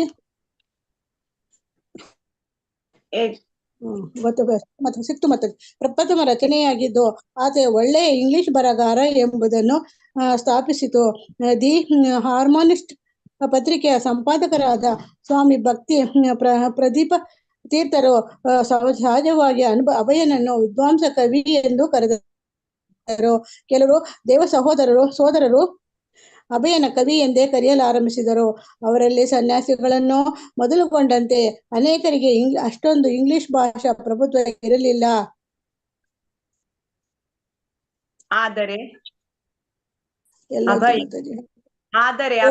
ಅಭಯ ಸಾಮಾನ್ಯನಲ್ಲ. ಆದರೆ ಅಭಯ ಸಾಮಾನ್ಯನಲ್ಲ. ಪದ್ಯ ತುಂಬಾ ಖಾಸಾಗಿ ಯಾದದ್ದು. ಶುದ್ಧ ಗುರುವೊಬ್ಬನು ತನಗೆ ದೊರಕಿದನೆಂಬ ಆನಂದಿತಾರೇಕದಲ್ಲಿ ಪೂಜ್ಯ ಭಾವದಲ್ಲಿ ರಚಿತವಾದದ್ದು ಎಂಬುದು ಅವರಿಗೆ ಗೊತ್ತಿತ್ತು. ಆದರೂ ಅದು ಧರ್ಮಗ್ರಂಥಗಳ ಸಿದ್ಧಾಂತಗಳಿಗೆ ಸಂಪೂರ್ಣವಾಗಿ ಬದ್ಧವಾಗಿತ್ತು. ಈ ಪದ್ಯ ಶೀಲ ಭಕ್ತಿ ಸಿದ್ಧಾಂತ ಸರಸ್ವತಿಗಳಿಗೆ ತಲುಪಿ ಅವರು ಸಂತೋಷಪಟ್ಟರು ಎಂಬುದು ಅವನ ವ್ಯಾಸಪೂಜಾಭಿನಂದನಕ್ಕೆ ಸಂದ ಗೌರವ ಎಂದು ಅಭಯ ತಿಳಿದಿದ್ದ. ಅದರಲ್ಲೂ ಒಂದು ಪದ್ಯ ಶೀಲ ಭಕ್ತಿ ಸಿದ್ಧಾಂತರಿಗೆ ತುಂಬಾ ಇರಿಸಿತ್ತು. ಅದನ್ನು ಎಲ್ಲಾ ಅತಿಥಿಗಳಿಗೂ ತೋರಿಸುವುದನ್ನು ಅವರು ಮರೆಯುತ್ತಿರಲಿಲ್ಲ. ಪರಬ್ರಹ್ಮನೇ ಸಂವೇದನಾ ಸ್ವರೂಪಿ ಎಂದು ಸಾಧಿಸಿರುವೆ. ಮಾಯವಾದ ಗೊಂದಲವನ್ನು ದೂರ ಸರಿಸಿರುವೆ. ಅದು ಮಾತಾಜಿ ಮೇಲ್ ಮಾಡ್ತೀರಾ? ಅದು ಹೇಗೆ ಈ ಸರಳ ಸಾಕ ಮಾತಾಜಿ? ಓದ್ಲಾ? ಓದಿ, ಅದು ಅಲ್ಲಿ ತನಕ ಓದಿ. ಅದು 2 ಪ್ಯಾರ ಅಲ್ಲಿಗೆ ಎಂಡ್ ಮಾಡುವ ಇವತ್ತು. ಅದು ಹೇಗೆ ಈ ಸರಳ ಪದ್ಯದಲ್ಲಿ ಅಭಯನ ತನ್ನ ಗುರು ಮಹಾರಾಜರು ಮಾಯಾವಾದಿಗಳ ವಿರುದ್ಧ ಮಾಡಿದ್ದ ಬೋಧನೆಯ ಸಾರವನ್ನು ಹಿಡಿದಿಟ್ಟಿದ್ದಾನೆ. ಶೀಲ ಭಕ್ತಿ ಸಿದ್ಧಾಂತರು ಅಭಯನ ತಮ್ಮ ಸ್ವಲ್ಪ ಚಿಕ್ಕದ್ ಮಾಡಿ ಮಾತಾಜಿ, ಆ ಕಡೆ ಹೊರಟೋಗ್ಬಿಟ್ಟಿದೆ. ಶೀಲ ಭಕ್ತಿ ಸಿದ್ಧಾಂತರು ಅಭಯನು ತನ್ನ ಅಂತರಂಗವನ್ನು ಎಷ್ಟು ಚೆನ್ನಾಗಿ ಗ್ರಹಿಸಿದ್ದಾರೆ ಎಂಬುದಕ್ಕೆ ಈ ಪದ್ಯವೇ ಸಾಕ್ಷಿ ಎಂದು ಭಾವಿಸಿದರು. ಈ ಪದ್ಯಗಳು ಗುರು ಮಹಾರಾಜನ ಮನಸ್ಸಿಗೆ ಮುದ ನೀಡಿದವು ಎಂದು ತಿಳಿದು ಬಂದಾಗ ಅಭಯನು ಸಂತೋಷಕ್ಕೆ ಪಾರವೇ ಇರಲಿಲ್ಲ. ಅಭಯನು ಸೋದರಲ್ಲಿ ಒಬ್ಬರು. ಅಭಯನ ಪದ್ಯವನ್ನು ಚೈತನ್ಯರ ಅಂತರಂಗವನ್ನು ಸ್ಪರ್ಶಿಸುವಂತೆ ರೂಪ ಗೋಸ್ವಾಮಿಗಳು ಬರೆದಿದ್ದ ಪದ್ಯದೊಂದಿಗೆ ಹೋಲಿಸಿ ಚೈತನ್ಯ ಮಹಾಪ್ರಭುಗಳು ಈ ಪದ್ಯವನ್ನು ಕೇಳಿ ಆನಂದ ಪರವಶರಾಗಿದ್ದರು ಎಂದು ಹೇಳಿದರು. ಹೀಗೆ ಶೀಲ ಭಕ್ತಿ ಸಿದ್ಧಾಂತರು ಅಭಯನ ಪ್ರಬಂಧವನ್ನು ಮೆಚ್ಚಿಕೊಂಡು ತಮ್ಮ ಅಂತರಂಗ ಭಕ್ತರಿಗೆ ತೋರಿಸಿಯೂ ಇದ್ದರು. ದಿ ಹಾರ್ಮೋನಿಸ್ಟ್ ನ ಸಂಪಾದಕರಿಗೆ ಅಭಯ ಏನೇ ಬರೆದು ಕಳಿಸಲಿ ಅದನ್ನು ಮುದ್ರಿಸಿ ಎಂದು ಅಪ್ಪಣೆ ಮಾಡಿದರು. ಸಾಕ ಮಾತಾಜಿ? ರೇಷ್ಮೆ ಮಾತಾಜಿ, ಧನ್ಯವಾದಗಳು. ಹರೇ ಕೃಷ್ಣ. ಶ್ರೀ ರಾಧಾ ಗೋವಿಂದರಿಗೆ ಕೈ ಮುಗಿಯುತ್ತಾ ನರಸಿಂಹ ದೇವರು ಗೌರವನಿತಾಯಿಗೆ ಕೈ ಮುಗಿಯುತ್ತಾ ಶೀಲ ಪ್ರಭುಪಾದರ ಆಶೀರ್ವಾದವನ್ನು ಪಡೆಯುತ್ತಾ ಇಂದಿನ ತರಗತಿಯನ್ನು ಮುಂದುವರಿಸೋಣ. ಕಳೆದ ತರಗತಿಯಲ್ಲಿ ನಾವು ಅಭಯ ಚರಣರು ಇವರು ಭಕ್ತಿ ಸಿದ್ಧಾಂತ ಸರಸ್ವತಿ ಠಾಕೂರನ್ನು ಕೋಸಿ ಪ್ರದೇಶದಲ್ಲಿ ತುಂಬಾ ವರ್ಷಗಳ ನಂತರ ಭೇಟಿಯಾಗ್ತಾರೆ. ಅಲ್ಲಿ ಅವರು ಒಂದು ಕಡೆ ಹರಿಕತೆ ಇರ್ತದೆ ಭಕ್ತಿ ಸಿದ್ಧಾಂತರದ್ದು. ಅದನ್ನು ತುಂಬಾ ಶ್ರದ್ಧೆಯಿಂದ ಕೇಳ್ತಾರೆ. ಆ ಒಂದು ಹರಿಕತೆಯನ್ನು ಎಷ್ಟು ಗಂಟೆ ಆದ್ರೂ ಇನ್ನೂ ಕೇಳುವ ಅಂತ ಹೇಳಿ ಆ ರೀತಿಯಲ್ಲಿ ಅವರ ಗುರುಗಳು ಅವರಿಗೆ ಇದು ಆ ಒಂದು ಪ್ರವಚನವನ್ನು ಕೊಟ್ಟಿರ್ತಾರೆ. ಇವರು ತುಂಬಾ ಶ್ರದ್ಧೆಯಿಂದ ಕೇಳುವುದನ್ನು ನೋಡಿ ಗುರುಗಳಿಗೆ ಆಗುತ್ತೆ, ಇವರು ತುಂಬಾ ಈ ಹುಡುಗ ತುಂಬಾ ಒಂದು ಉತ್ತಮವಾದ ಶ್ರೋತೃ ಅಂತ ಅವರು ಎಣಿಸ್ತಾರೆ. ಅಂದ್ರೆ ಅಷ್ಟು ಶ್ರವಣ, ಈ ಒಂದು ಭಕ್ತಿಯಲ್ಲಿ ಶ್ರವಣ ಎಂಬುದೇ ಉತ್ತಮವಾದದಂತೇಳಿ ನಾವು ಪ್ರಭುಪಾದರ ಶ್ರವಣವನ್ ಮಾಡಿದ್ದನ್ನು ನಾವು ಇಲ್ಲಿ ನಾವು ನೆನಪಿಸಬಹುದು. ಅನಂತರ ಅವರು ಪ್ರಭುಪಾದರು ಅಲಹಾಬಾದಿನಲ್ಲಿ ನೆಕ್ಸ್ಟ್ ಭೇಟಿ ಆಗ್ತಾರೆ. ಅಲ್ಲಿ ಅವರು ಗೌಡಿಯ ಮಠದ ಅಧ್ಯಕ್ಷರಾದ ಅತುಲಾನಂದರನ್ನು ಭೇಟಿ ಮಾಡ್ಕೊಂಡು ಈ ಸಲ ಗುರುಗಳು ನಮ್ಮಲ್ಲಿ ಬರ್ತಾ ಇದ್ದಾರಲ್ಲ, ನನ್ಗೂನು ಅವರ ಜೊತೆ ಒಂದು ದೀಕ್ಷೆಯ ಬಗ್ಗೆ ಒಂದು ಮಾತನಾಡ್ತೀರಾ ಅಂತ ಹೇಳ್ಕೊಂಡು ಅದಕ್ಕೆ ಅವರ ಜೊತೆ ಮಾತಾಡ್ತಾರೆ. ಯಾಕೆ ದೀಕ್ಷೆ ಅಂದ್ರೆ ಪ್ರಭುಪಾದರಿಗೆ ಗೊತ್ತಿರ್ತಾರೆ, ನಾವು ಆಧ್ಯಾತ್ಮಿಕದಲ್ಲಿ ತುಂಬಾ ಒಂದು ಮುಂದುವರಿಬೇಕಾದ್ರೆ ಮತ್ತೆ ನಾವು ಭಗವಂತನೊಟ್ಟಿಗೆ ತುಂಬಾ ನಮ್ಮ ಸಂಬಂಧವನ್ನು ತುಂಬಾ ಉತ್ತಮವಾಗಿ ಒಂದು ಇಟ್ಟುಕೊಳ್ಬೇಕಾದ್ರೆ ಅಲ್ಲಿ ಒಂದು ಪರಂಪರೆಯಿಂದ ಬಂದ ಗುರುಗಳ ಅಗತ್ಯ ತುಂಬಾ ಇದೆ ಅಂತ ಹೇಳಿ ಅವರು ಅನೇಕ ಶಾಸ್ತ್ರ ಗ್ರಂಥಗಳಿಂದ ಓದಿರ್ತಾರೆ. ಅಂದ್ರೆ ನಮ್ಗೆ ಗುರುಗಳಿಲ್ಲದಿದ್ರೆ ನಮ್ಮ ಒಂದು ಆಧ್ಯಾತ್ಮಿಕ ಪಥವು ಸರಿಯಾದ ರೀತಿಯಲ್ಲಿ ಹೋಗುದಿಲ್ಲ. ನಮ್ಗೆ ಗುರುವಿನ ಅವಶ್ಯಕತೆ ಇದ್ದೇ ಇದೆ ಅಂತ ಹೇಳಿ ಮೊದಲು ಅವರು 1932ರಲ್ಲಿ ಭಕ್ತಿ ಸಿದ್ಧಾಂತ ಸರಸ್ವತಿಯವರನ್ನು ಭೇಟಿಯಾಗಿರ್ತಾರೆ. ಅದು ಫಸ್ಟ್ ಗುರುಗಳು ಆಗಲೇ ಅವರ ಹೃದಯದಲ್ಲಿ ಅವರನ್ನು ಸ್ಥಾಪಿಸಿ ಬಿಟ್ಟಿದ್ದಾರೆ. ಗುರುಗಳು ಅಂತ ಹೇಳಿದ್ರೆ ನಾನು ಇವರನ್ನೇ ಗುರುಗಳು ಅಂತ ಹೇಳಿ ಅವರು ಆವಾಗಲೇ ತೀರ್ಮಾನ ಮಾಡಿಕೊಂಡಿದ್ದಾರೆ. ಈಗ ಬಹಳ ವರ್ಷಗಳ ನಂತರ ಅಲಹಾಬಾದಿಗೆ ಬಂದ ನಂತರ ಅವರು ಇಲ್ಲಿ ಈಗ ಈ ಸಲ ನಮ್ಗೆ ದೀಕ್ಷೆ ತೆಗೆದುಕೊಳ್ಳೇಬೇಕು ನನ್ಗೆ ಅಂತ ಹೇಳಿ ತೀರ್ಮಾನ ಮಾಡಿಕೊಂಡು ಅದನ್ನು ಅತುಲಾನಂದರವರ ಹತ್ರ ಹೇಳ್ತಾರೆ. ಅತುಲಾನಂದರವರು ಅವರನ್ನು ಇವರು ಸಿದ್ಧಾಂತ ಠಾಕೂರ್ ಹತ್ರ ಹೇಳ್ತಾರೆ, ಸರಸ್ವತಿ ಠಾಕೂರ್ ಹತ್ರ. ಅವರು ಹೇಳ್ತಾರೆ, ಅಭಯನ ಬಗ್ಗೆ ನಂಗೆ ತುಂಬಾ ಗೊತ್ತಿದೆ, ಅವನು ಒಳ್ಳೆ ಒಂದು ಉತ್ತಮ ಶ್ರೋತೃ, ಅವನ ಬಗ್ಗೆ ಏನು ತಿಳಿಯಬೇಕಲ್ಲ, ನನ್ಗೆ ಅವನ ಬಗ್ಗೆ ತುಂಬಾ ತಿಳಿದಿದೆ, ನಾನು ಅವನು ಕಂಡಿದ್ದೀನಿ ಅಂತ ಹೇಳಿ ಅಭಯರ ಆ ಒಂದು ಪ್ರವಚನ ಕೇಳುವಾಗ ನೋಡಿದ ರೀತಿಯ ಬಗ್ಗೆ ಅವರು ತುಂಬಾ ತಿಳಿದುಕೊಂಡು ಅವನಿಗೆ ನಾನು ದೀಕ್ಷೆ ಕೊಡಲು ತಯಾರಿದ್ದೇನೆ ಅಂತ ಹೇಳ್ತಾರೆ. ಹಾಗೆ ದೀಕ್ಷೆ ಸಮಾರಂಭ ಎಲ್ಲ ಆಗುತ್ತೆ. ದೀಕ್ಷೆ ಸಮಾರಂಭದ ದಿನ ಜಪಮಣಿ ಕೊಟ್ಟು ಹರಿನಾಮ ದೀಕ್ಷೆಯನ್ನು ಕೊಟ್ಟಿರ್ತಾರೆ ಅವರ ಗುರುಗಳು. ಹರಿನಾಮ ದೀಕ್ಷೆಯನ್ನು ಕೊಟ್ಟ ಕೂಡಲೇ ಅವರಿಗೆ ಅದೇ ದಿನವೇ ಈ ಬ್ರಾಹ್ಮಣ ದೀಕ್ಷೆಯನ್ನು ಕೊಟ್ಟಿರ್ತಾರೆ. ಸಾಮಾನ್ಯವಾಗಿ ಬ್ರಾಹ್ಮಣ ದೀಕ್ಷೆಯನ್ನು ಒಂದು ಸ್ವಲ್ಪ ಸಮಯದ ನಂತರ ಪುನಃ ಆ ಒಂದು ಹರಿನಾಮ ದೀಕ್ಷೆ ತೆಗೆದುಕೊಂಡವ್ರನ್ನು ಪುನಃ ಸ್ವಲ್ಪ ಭಕ್ತಿಯಲ್ಲಿ ಅವರು ಅಭಿವೃದ್ಧಿ ಹೊಂದಿದ ನಂತರ ಕೊಡ್ತಾರೆ ಸಾಮಾನ್ಯವಾಗಿ. ಬಟ್ ಇಲ್ಲಿ ಅಭಯರ ವಿಷಯದಲ್ಲಿ ಹಾಗೆಲ್ಲ, ಅಭಯರು ಈವಾಗಲೇ ಆ ಒಂದು ಬ್ರಾಹ್ಮಣ ದೀಕ್ಷೆಗೆ ತುಂಬಾ ಅರ್ಹರಾಗಿರುತ್ತಾರೆ. ಅವರು ಆವಾಗಲೇ 2 ದೀಕ್ಷೆಯನ್ನು ಜೊತೆಯಲ್ಲಿ ಕೊಟ್ಟಿರ್ತಾರೆ. ಆಗ ಅವರ ಜೊತೆಗಿದ್ದವರು ಇವರ ಬಗ್ಗೆ, ಈ ಅಭಯರ ಬಗ್ಗೆ ನಮ್ಮ ಗುರುಗಳಿಗೆ ಹೇಗೆ ಈ ತರ ಉತ್ತಮವಾದ ತುಂಬಾ ಅತ್ಯಧಿಕವಾಗಿ ತಿಳಿದುಕೊಂಡಿದ್ದಾರೆ, ಯಾವಾಗ ತಿಳಿದುಕೊಂಡಿರ್ತಾರೆ ಅಂತ ತುಂಬಾ ಅನುಮಾನ ಎಲ್ಲ ಆಗುತ್ತೆ, ತುಂಬಾ ಬೇಸರವೂ ಆಗ್ತದೆ.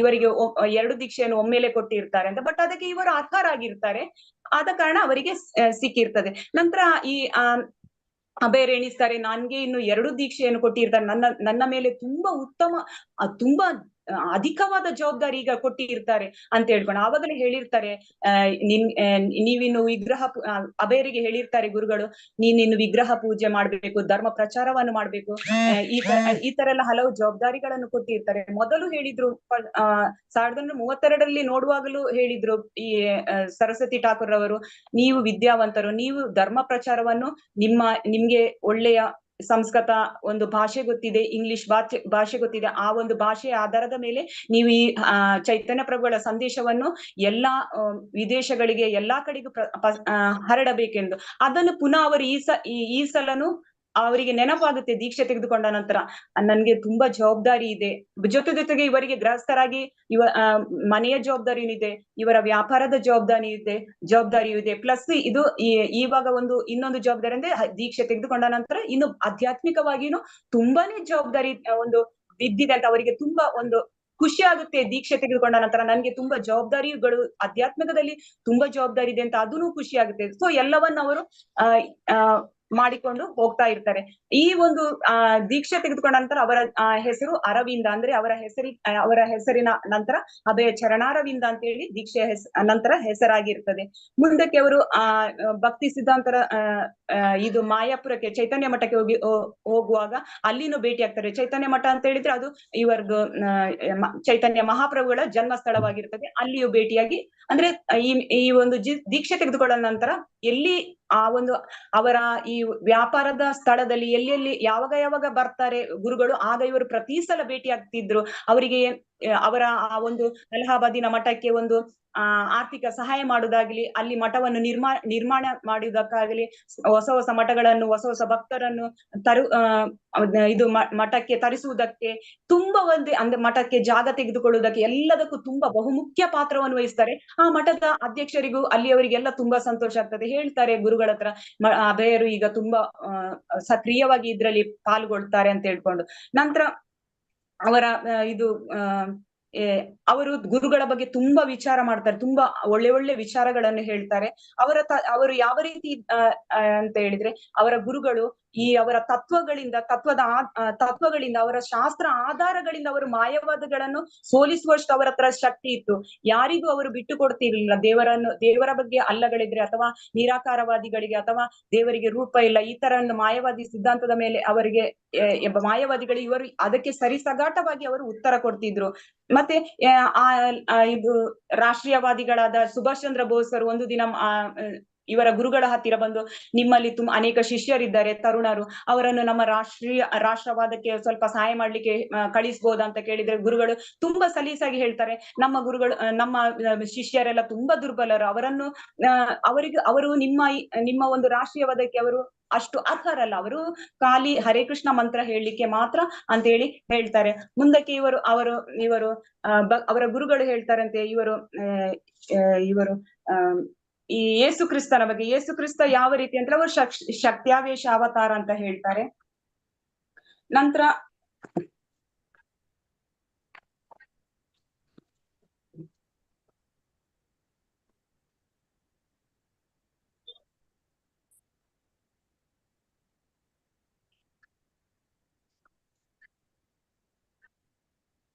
ಏನಾಯ್ತು? ಒಂದ್ ನಿಮಿಷ ಮಾತಾಡಿ ಅಂತ ಪವರ್ ಹೋದಾಗ ಪವರ್ ಒಂದ್ ನಿಮಿಷ.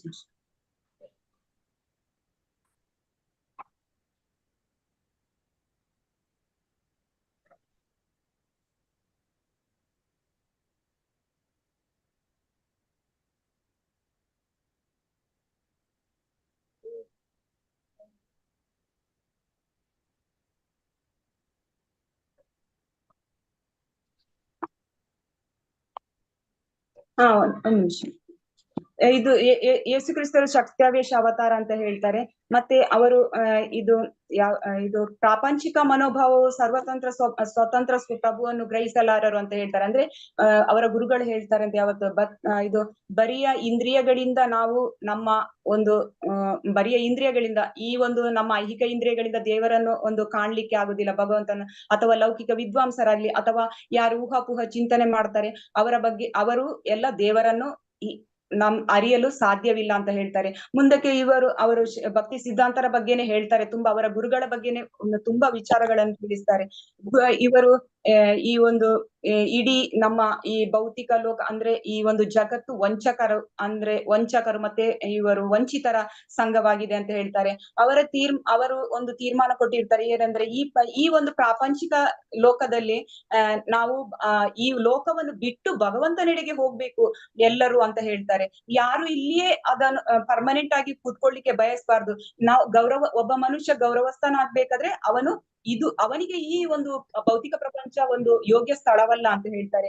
ಮತ್ತೆ ಇದು ಮುಂದಕ್ಕೆ ಅವರು ಹೇಳ್ತಾರೆ ಕೆಲವು ಶಿಷ್ಯರು ಕೇಳ್ತಾರೆ, ನೀವು ಭವಿಷ್ಯದ ಬಗ್ಗೆ ಏನು ಒಂದು ಹೇಳ್ತೀರಾ ಅಂತ ಹೇಳಿ. ಅದಕ್ಕೆ ಅವರು ಹೇಳ್ತಾರೆ, ಅವರು ಯಾವತ್ತು ಕೆಲವರು ಹೇಳ್ತಾರೆ ಭವಿಷ್ಯದಲ್ಲಿ ಹಾಗಾಗ್ತದೆ ಈಗಾಗ್ತದೆ ಅಂತೆಲ್ಲ ಹೇಳ್ತಾರಲ್ವಾ. ಆಗ ಇವರು ಹೇಳ್ತಾರೆ ಭವಿಷ್ಯದ ಬಗ್ಗೆ ಅವರು ಯಾವತ್ತು ಹೇಳುದು ಎಲ್ಲ ಕೃಷ್ಣನ ಇಚ್ಛೆ ಅಂದ್ರೆ ಒಂದೇ ಮಾತು ಹೇಳ್ತಾರೆ, ಎಲ್ಲವೂ ಕೃಷ್ಣನ ಇಚ್ಛೆ ಅಂತ ಹೇಳ್ತಾರೆ. ಕೃಷ್ಣ ಬಯಸಿದರೆ ಎಲ್ಲವೂ ಆಗುತ್ತೆ ಅಂತ ಹೇಳಿ. ಕೃಷ್ಣ ಯಾವ ರೀತಿ ಬಯಸ್ತೇನೆ ಅದೇ ರೀತಿ ನಾವು ಹೋಗ್ಕೊಂಡು ಅಂದ್ರೆ ಕೃಷ್ಣನ ಮೇಲೆ ಬಿಡ್ತಾರೆ. ಭವಿಷ್ಯದ ಬಗ್ಗೆ ಅವರು ಎಂತ ಹೇಳಲಿಕ್ಕೆ ಹೋಗಲ್ಲ. ಮುಂದಕ್ಕೆ ಅವರು ಇವರು ಅವರ ಗುರುಗಳು ಅಂದ್ರೆ ಅಜನ್ಮ ಬ್ರಹ್ಮಚಾರಿ ಗ್ರಸ್ತರಾಗಿರುವುದಿಲ್ಲ, ಅವರು ಬ್ರಹ್ಮಚಾರಿ ಆಗಿರ್ತಾರೆ. ಮತ್ತೆ ಅವರ ಬಗ್ಗೆ ಹೇಳ್ತಾರೆ, ಸ್ತ್ರೀಯರಿಗೆ ಅವರು ತುಂಬಾ ಗೌರವ ಕೊಡ್ತಾರೆ. ಅಂದ್ರೆ ಸ್ತ್ರೀಯರನ್ನು ಆದಷ್ಟು ಎಷ್ಟು ಒಂದು ಹತ್ತಿರದಲ್ಲಿ ಒಂದು ಅವರ ಒಂದು ಖಾಸಗಿ ಇದರಲ್ಲಿ ಮಾತಾಡೋದಾಗ್ಲಿ ಆತರ ಎಲ್ಲ ಅವರು ಸ್ತ್ರೀಯರನ್ನು ದೂರದಲ್ಲಿಯೇ ಮಾತಾಡಿಸ್ತಾರೆ. ಅಂದ್ರೆ ಅವರು ಸಹವಾಸದಲ್ಲಿ ಇರುವುದಿಲ್ಲ. ಶಿಷ್ಯರನ್ನು ಸನ್ಯಾಸಿಗಳಾಗಿ ಮಾಡಲು ಭಕ್ತಿ ಸಿದ್ಧಾಂತರಿಗೆ ತುಂಬಾ ಆಸೆ.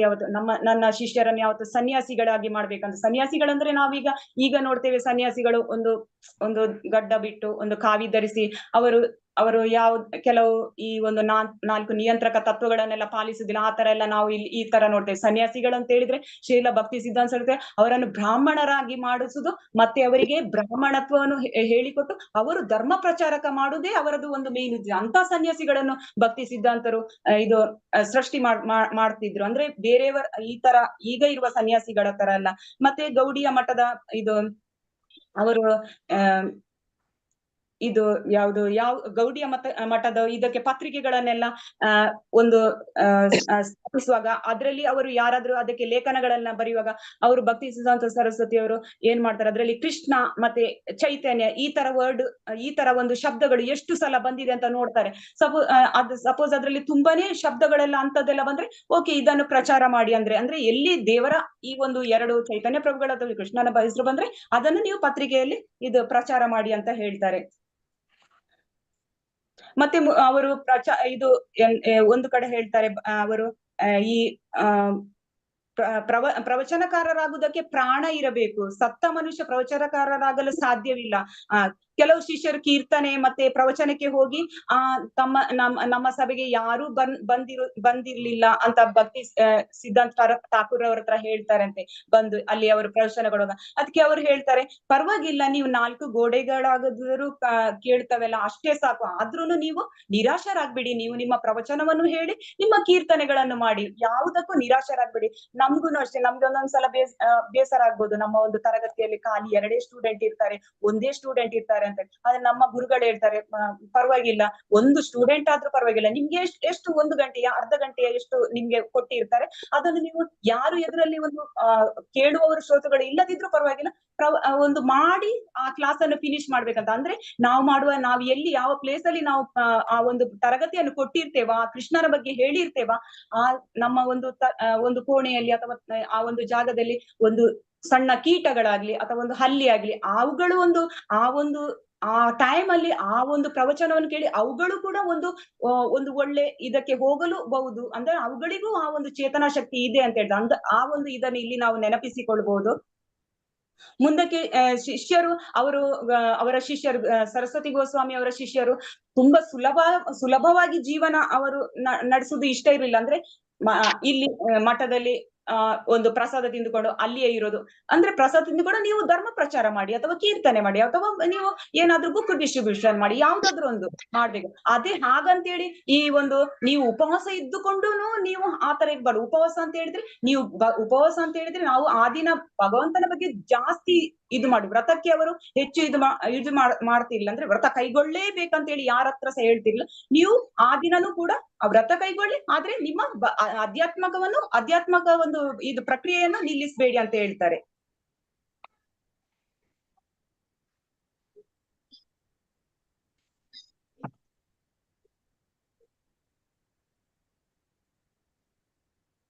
ಮತ್ತೆ ಒಂದು ದಿನ ಇದು ಇವರು ಒಂದ್ ನಿಮಿಷ, ಇದು ಅವಕಾಶ ಸಿಕ್ಕಾಗೆಲ್ಲ ಇವರು ನಮ್ಮ ಭಕ್ತಿ ವೇದಾಂತ ಸ್ವಾಮಿ ಪ್ರಭುಪಾದರು ಏನ್ ಮಾಡ್ತಾರೆ, ಅವಕಾಶ ಸಿಕ್ಕಾಗೆಲ್ಲ ಅವರು ಗುರು ಮಹಾರಾಜರನ್ನು ಕಾಣ್ಲಿಕ್ಕೆ ಭೇಟಿ ನೀಡ್ಲಿಕ್ಕೆ ಹೋಗ್ತಾರೆ. ನಾನು ಗುರು ಮಹಾರಾಜರಿಗೆ ಎಂದಿಗೂ ಪ್ರಶ್ನೆ ಹಾಕುತ್ತಿರ್ಲಿಲ್ಲ. ಕೇಳುತ್ತಿದ್ದ ಪ್ರಶ್ನೆ ಒಂದೇ, ನಾನು ಹೇಗೆ ನಿಮ್ಮನ್ನು ಸೇವಿಸಲಿ ಅಂತ ಹೇಳಿ. ಅವರು ಯಾವತ್ತು ಪ್ರಶ್ನೆ ಹಾಕುತ್ತಿರ್ಲಿಲ್ಲ. ನಮ್ಗೆ ಆದ್ರೆ ತುಂಬಾ ಪ್ರಶ್ನೆಗಳಿರ್ತವೆ. ಬಟ್ ಅವರು ತುಂಬಾ ಅಂದ್ರೆ ಆ ಒಂದು ಜ್ಞಾನವನ್ನು ಅವರು ಎಲ್ಲ ಶಾಸ್ತ್ರ ಆಧಾರಗಳ ಮೇಲಿಂದ ಅವರು ತುಂಬಾ ಜ್ಞಾನ ಪಡೆದಿರ್ತಾರೆ. ಅಂದ್ರೆ ಆದ ಕಾರಣ ಅವರದ್ದು ಎಲ್ಲಾ ಪ್ರಶ್ನೆಗಳು ಅಲ್ಲಿ ಅವರು ಒಂದು ಕ್ಲಿಯರ್ ಮಾಡಿ ಬಿಡ್ತಿದ್ರು. ಆಗ ಅವರು ಹೇಳ್ತಾರೆ, ಒಂದೇ ಒಂದು ಪ್ರಶ್ನೆ ಇರ್ತಿತ್ತು ಅಂತ ಹೇಳಿದ್ರೆ, ನಾನು ನನ್ನ ಗುರುವನ್ನು ಯಾವ ರೀತಿ ನಾನು ಸೇವೆ ಮಾಡುದಂತ ಹೇಳಿ ಒಂದೇ ಚಿಂತೆ. ಅಂದ್ರೆ ಅವರು ಈಗ ಅವರ ಮೇಲೆ ತುಂಬಾ ಜವಾಬ್ದಾರಿ ಇದೆ, ಅದನ್ನು ಹೇಗೆ ನಾನು ಇದು ಅವರಿಗೆ ಸೇವೆ ಮಾಡ್ಲಿ ಅಂತೇಳಿ. ಯಾಕೆ ಅಂದ್ರೆ ಅವರು ಗುರುಗಳ ಹತ್ತಿರ ಇರುವುದಿಲ್ಲ, ತುಂಬಾ ದೂರ ಇರ್ತಾರೆ. ಮತ್ತೆ ಪ್ಲಸ್ ಅವರು ಗ್ರಸ್ತರಾಗಿರ್ತಾರೆ. ಅವರ ಒಂದು ವ್ಯಾಪಾರದ ಒಂದು ಇದರಲ್ಲಿ ತುಂಬಾ ಒಂದು ಒತ್ತಡ ಇರ್ತದೆ. ಆದ ಕಾರಣ ಅವರು ಈ ಗುರುಗಳಿಗೆ ಸೇವೆ ಮಾಡ್ಬೇಕು, ಆದ್ರೆ ಅದನ್ನು ಸೇವೆ ಮಾಡ್ಲಿಕ್ಕೆ ಆಗುದಿಲ್ಲವಲ್ಲ ಅಂತ ಅದೇ ಒಂದು ಪ್ರಶ್ನೆ ಇರ್ತದೆ ಅವರಿಗೆ. ಮುಂದಕ್ಕೆ ಶ್ರೀಲ ಪ್ರಭುಪಾದರು ಅವರಿಗೆ ಇದು ಗುರು ಮಹಾರಾಜ್ ಅವರಿಗೆ ಹೇಳ್ತಾರೆ, ನಿಮ್ಗೆ ಇದು ಗುರು ಮಹಾರಾಜ್ ಅವರು ಹೀಗೆ ನಂಗೆ ಅನುಜ್ಞೆ ಮಾಡಿದರು, ನೀನು ಇದನ್ನು ಮಾಡು, ನಾನು ಮೊದಲು ಹಣವಂತನಾಗ್ಬೇಕು, ಇದನ್ನು ಮಾಡಂತ ಹೇಳಿದ್ರೆ ಅವರಿಗೆ ಹೇಳ್ತಿರ್ತಾರೆ, ನೀವು ಧರ್ಮ ಪ್ರಚಾರ ಮಾಡ್ಬೇಕು, ಚೈತನ್ಯ ಪ್ರಭುಗಳ ಸಂದೇಶವನ್ನೆಲ್ಲ ಹರಡಿಸ್ಬೇಕಂತ. ಆಗ ಅವರು ಹೇಳ್ತಾರೆ, ಮೊದಲು ನಾನು ಹಣವಂತನಾಗ್ತೇನೆ, ಅನಂತರ ಇದನ್ನೆಲ್ಲ ಮಾಡ್ತೇನೆ ಅಂತ ಹೇಳ್ಕೊಂಡು. ಬಟ್ ಅವರು ಹೇಳ್ತಾರೆ, ಇದು ಅವರು ಯೋಚಿಸ್ತಾರೆ, ನಾನು ಹಣ ಮಾಡಿ ಇದನ್ನೆಲ್ಲ ಮಾಡ್ತೇನೆ ಅಂತ ಯೋಚಿಸ್ತಾರೆ. ನನ್ನ ದೈವ ಸೋದರೆಲ್ಲ ಸನ್ಯಾಸ ಸ್ವೀಕಾರ ಮಾಡಿದ್ದಾರೆ, ಬಾಗಿಲಿಂದ ಬಾಗಿಲಿಗೆ ಭಿಕ್ಷೆಗೆ ಹೋಗುತ್ತಾರೆ, ನಾನೇಕೆ ಭಿಕ್ಷೆ ಬೇಡಲಿ ಅಂತೇಳಿ ಅವರು ಚೆನ್ನಾಗಿ ಸಂಪಾದಿಸಿ ಕೃಷ್ಣ ಪ್ರಜ್ಞೆಯನ್ನು ಆರಂಭಿಸ್ತೇನೆ ಅಂತ ಇವರು ಪ್ರಭುಪಾದರು ಎಣಿಸ್ತಾರೆ. ಅಂದ್ರೆ ಅವರು ಸನ್ಯಾಸಿಗಳು ಭಿಕ್ಷೆ ಬೇಡ್ಕೊಂಡು, ಅಂದ್ರೆ ಅವರು ಈ ಒಂದು ಏನಾದ್ರೂ ಪ್ರಚಾರ ಮಾಡ್ಲಿಕ್ಕೆ ಹೋಗುವಾಗ ಏನಾದ್ರೂ ಹಣ ಸಂಪಾದನೆ ಮಾಡಿ ಯಾವ್ದಾದ್ರು ಮಠಕ್ಕೆ ಸಂಪಾದನೆ ಮಾಡ್ಲಿಕ್ಕೆ ಹೋಗ್ತಾರೆ. ನಾನು ಹಾಗೆಲ್ಲ, ನಾನು ಮಠಕ್ಕೆ ನಾನು ಸ್ವಂತ ದುಡ್ಡು ಕೊಡ್ತೇನೆ ಅಂತ ಹೇಳಿ ಇವರದೊಂದು ಆ ಒಂದು ಭಾವನೆ ಇತ್ತು ಆವಾಗ. ಮತ್ತೆ ಇವರದ್ದು ಇದು ಫಸ್ಟಿಗೆ ಇವರದ್ದು ವ್ಯಾಪಾರ ಎಲ್ಲ ತುಂಬಾ ಚೆನ್ನಾಗಿರುತ್ತೆ. ಅನಂತರ ಹೋಗುವಾಗ ಇವರ ಈ ಒಂದು ಒಳ್ಳೆ ಕಂಪನಿಯಲ್ಲಿ ಅವರಿಗೆ ಒಂದು ಔಷಧಾಲಯದ ಕಂಪನಿಯಲ್ಲಿ ಕೆಲಸ ಇರುತ್ತೆ. ಅನಂತರ ಆ ಕೆಲಸವು ಸ್ವಲ್ಪ ಇವರು ತುಂಬಾ ವ್ಯಾಪಾರವೂ ಚೆನ್ನಾಗಿರುತ್ತೆ. ಬಟ್ ಸಾಲದ ಬಾಕಿನೂ ತುಂಬಾ ಬಾಕಿ ಇರ್ತದೆ. ಅದನ್ನು ಅವರಿಗೆ ಆ ಸಾಲ ಕೊಟ್ಟದನ್ನು ಕಲೆಕ್ಟ್ ಮಾಡಿ ಅವರ ಒಂದು ಮೇಲಾಧಿಕಾರಿಗೆ ಕೊಡ್ಲಿಕ್ಕೂ ಆಗುದಿಲ್ಲ. ಕಡೆಗೆ ಅವರು ಆ ಮೇಲಾಧಿಕಾರಿಯವರು ಆ ಔಷಧಾಲಯದ ಯಜಮಾನ ಇವರನ್ನು ಆ ಕೆಲಸದಿಂದ ಅಲ್ಲಿಂದ ಇದು ಇವರು ಕೆಲಸವನ್ನು ಬಿಡ್ತಾರೆ. ಅಲ್ಲಿ ಅದು ಆಗುದಿಲ್ಲ. ನಂತರ ಅಭಯರಿಗೆ ಈಗ ಏನು ಆಗ್ತದೆ, ತುಂಬಾ ಅಭಯರ ಅತುಲಾನಂದರು ಹೇಳ್ತಾರೆ, ನೀವೀಗ ತುಂಬಾ ಇದು ಈ ನಿಮ್ಮ ಸಮಯವನ್ನು ನಮ್ಗೆ ಮಠಕ್ಕೆ ಕೊಡಿ, ತುಂಬಾ ಮಠದ ಕೆಲಸವನ್ನು ಮಾಡಿ ನಮ್ಗೆ ಒಳ್ಳೇದಾಗುತ್ತೆ ಅಂತ ಹೇಳ್ಕೊಂಡು. ಹಾಗೆ ಅವರು ಹತ್ತಿರವಿದ್ದ ಇದು ಗೌಡಿಯ ಮಠಕ್ಕೆಲ್ಲ ಹೋಗ್ತಾರೆ. ಅಲ್ಲಿ ತುಂಬಾ ಪೂರ್ಣಾವಧಿಯ ಅವರು ಹೇಳ್ತಾರೆ ಅತುಲಾನಂದರು, ನೀವು ಇನ್ನು ಪೂರ್ಣಾವಧಿಯ ಪ್ರಚಾರಕರಾಗ್ಬೋದಲ್ಲ ಹಾಗೆ ಅಂತ ಹೇಳ್ಕೊಂಡು. ಅದಕ್ಕೆ ಇವರು ಮನೆಯದು ಜವಾಬ್ದಾರಿ ಮನೆಯಲ್ಲಿ ಫ್ಯಾಮಿಲಿ ಅವರದ್ದು ಒಂದು ಸಂಸಾರ ಈಗ ದೊಡ್ಡ ಸಂಸಾರವಾಗಿರ್ತದೆ. ಇವರಿಗೆ ಈಗ ಕೆಲಸದ ಅಗತ್ಯ ಅಂತೂ ಖಂಡಿತ ಇದೆ. ಉದ್ಯೋಗವಿಲ್ಲದೆ ಅವರು ಇದು ಗೃಹಸ್ಥರಾಗಿ ಉದ್ಯೋಗ ಇಲ್ಲದೆ ಅವರು ಇರ್ಲಿಕ್ಕೆ ಆಗುದಿಲ್ಲ. ಈಗ ಉದ್ಯೋಗ ಬೇಕೇ ಬೇಕು. ಆದ್ರೂ ಇವರು ಪುನಃ ಒಂದು ಸಣ್ಣ ಒಂದು ಕಂಪನಿಯ ಪ್ರತಿನಿಧಿಯಾಗಿ ಅಲ್ಲಿ ಇದು ಮಾಡ್ತಾರೆ. ಅಲ್ಲಿ ಬೇರೆ ಬೇರೆ ಕಂಪನಿಗಳು ಪುನಃ ಆಫರ್ ಕೊಡ್ತಾರೆ. ಅಂದ್ರೆ ಇವರಿಗೆ ಈ ಔಷಧಾಲಯದ ಒಂದು ಈ ಕಾರ್ಯದಲ್ಲಿರುವಾಗ ಇವರಿಗೆ ತುಂಬಾ ಜನಪರಿಚಯ ಇರ್ತದೆ. ಆವಾಗ ಇವರಿಗೆ ಎಲ್ಲರದ್ದು ಸಹ ಅಗತ್ಯ ಇರ್ತದೆ. ಆ ಒಂದು ಅಷ್ಟು ಪರಿಚಯ ಇದ್ದ ಕಾರಣ ಅವರು ಅಲಹಾಬಾದಿನ ಮಠಕ್ಕಾಗ್ಲಿ ಅಥವಾ ಬೇರೆ ಕಡೆ ಹೋಗುವಲ್ಲಿ ಆ ಒಂದು ಇವರ ಆ ಒಂದು ವ್ಯಾಪಾರಿಗಳ ಒಂದು ಸಂಬಂಧದಿಂದ ಮತ್ತೆ ಇವರ ಗೆಳೆಯರ ಒಳ್ಳೆ ಸಂಬಂಧದಿಂದ ಮಠಕ್ಕೆ ತುಂಬಾ ಹಣವನ್ನು ಸಂಪಾದಿಸಿ ಕೊಡ್ತಿದ್ರು ಇವರು. ನಂತರ ಅವರು ಇನ್ನು ನಾನು ಒಳ್ಳೆ ಕೆಲಸಕ್ಕೆ ಹೋಗ್ಬೇಕಂತ ಹೇಳ್ಕೊಂಡು ಅವರು ಮುಂಬೈಗೆ ಹೋಗ್ತಾರೆ. ಮುಂಬೈಯಲ್ಲಿ ಒಂದು ಬಾಡಿಗೆ ಮನೆಯಲ್ಲಿ ಇರ್ತಾರೆ. ಅಲ್ಲಿ ಒಂದು ಡಾಕ್ಟರ್ ಬೋಸ್ ಅಂತ ಹೇಳಿ ಅಲ್ಲಿ ಒಂದು ಫಾರ್ಮಾಟಿಕಲ್ ಅಲ್ಲಿ ಅವರು ಮ್ಯಾನೇಜರ್ ಆಗಿರ್ತಾರೆ. ಅಲ್ಲಿ ಇರುವಾಗ ಅವರಿಗೆ ಆಗ್ತದೆ ಇಲ್ಲಿನೂ ಒಂದು ಗೌಡಿಯ ಮಠವನ್ನು ಮಾಡ್ಬೇಕು ಅಂತೇಳಿ. ಅಲ್ಲಿ ಅವರು ಇಬ್ರು ಇದು ದೈವ ಸಹೋದರರು ಇರ್ತಾರೆ. ಹಾಗೆ ಅವರ ಇದರಿಂದ ಶ್ರೀಧರ್ ಮಹಾರಾಜ್ ಮತ್ತು ಭಕ್ತಿ ಸಾರಂಗ ಗೋಸ್ವಾಮಿಗಳು ಅಂತೇಳಿ ಅವರ ಭೇಟಿ ಆಗ್ತದೆ. ಅವರು ಭೇಟಿಯಾದ್ರೆ ಅವರು ಎಲ್ಲ ಕಲೆಕ್ಷನ್ಗೆ ಹೋಗುವಾಗ ಇವರ್ಸ್ ಅವರ ಜೊತೆ ಹೋಗಿ ಆ ಮಠಕ್ಕೆ ತುಂಬಾ ಸಹಾಯ ಮಾಡಿ ಅಲ್ಲಿ ಒಂದು ಮಠವನ್ನು ಸ್ಥಾಪಿಸ್ತಾರೆ, ಗೌಡಿಯ ಮಠವನ್ನು. ಮತ್ತೆ ಅಲ್ಲಿ ಇನ್ನು ಭಕ್ತಿ ಸಿದ್ಧಾಂತ ಸರಸ್ವತಿಯವರು ಬಂದಾಗ ನಮ್ಮ ಅಭಯರು ತುಂಬಾ ಇಲ್ಲಿ ನಮ್ಗೆ ತುಂಬಾ ಇದಕ್ಕೆ ಎಲ್ಲ ತುಂಬಾ ಸಹಾಯ ಮಾಡಿದ್ದಾರೆ ಅಂತ ಹೇಳ್ತಾರೆ. ಹಾಗೆ ಇವರು ಸಕ್ರಿಯವಾಗಿ ಈಗ ಇದು ಉದ್ಯೋಗದ ಒತ್ತಡ ಇದ್ರು ಮತ್ತೆ ಮನೆಯ ಒತ್ತಡ ಇದ್ರು ಈ ಒಂದು ಭಕ್ತಿಯ ಇದು ಗೌಡಿಯ ಮಠಕ್ಕೆ ಮತ್ತೆ ಗುರುಗಳ ಸಂಪರ್ಕದಲ್ಲಿ ತುಂಬಾ ಅವರು ಸಕ್ರಿಯವಾಗಿ ಇರ್ತಾರೆ. ನಾವು ಹಣ ಸಂಗ್ರಹಕ್ಕಾಗಿ ಒಂದು ಗುಂಪು ಮಾಡಿಕೊಂಡಿದ್ದೆವು, ಶ್ರೀಧರ ಮಹಾರಾಜರು, ಗೋಸ್ವಾಮಿ ಮಹಾರಾಜರು ಮತ್ತು ನಾನು. ಅವರು ನನ್ನ ಕೆಮಿಸ್ಟ್ ಹಾಗೂ ವೈದ್ಯ ಗೆಳೆಯರ ಬಳಿ ಕರೆದೊಯ್ದು 2 ದಿನಗಳಲ್ಲಿ 500 ರೂಪಾಯಿಗಳು ಅಂದ್ರೆ ಹೆಚ್ಚು ಹಣ ಸಂಪಾದನೆ ಮಾಡಿ ಕೊಡ್ತಿದ್ರು ಅಂತ ಹೇಳ್ತಾರೆ.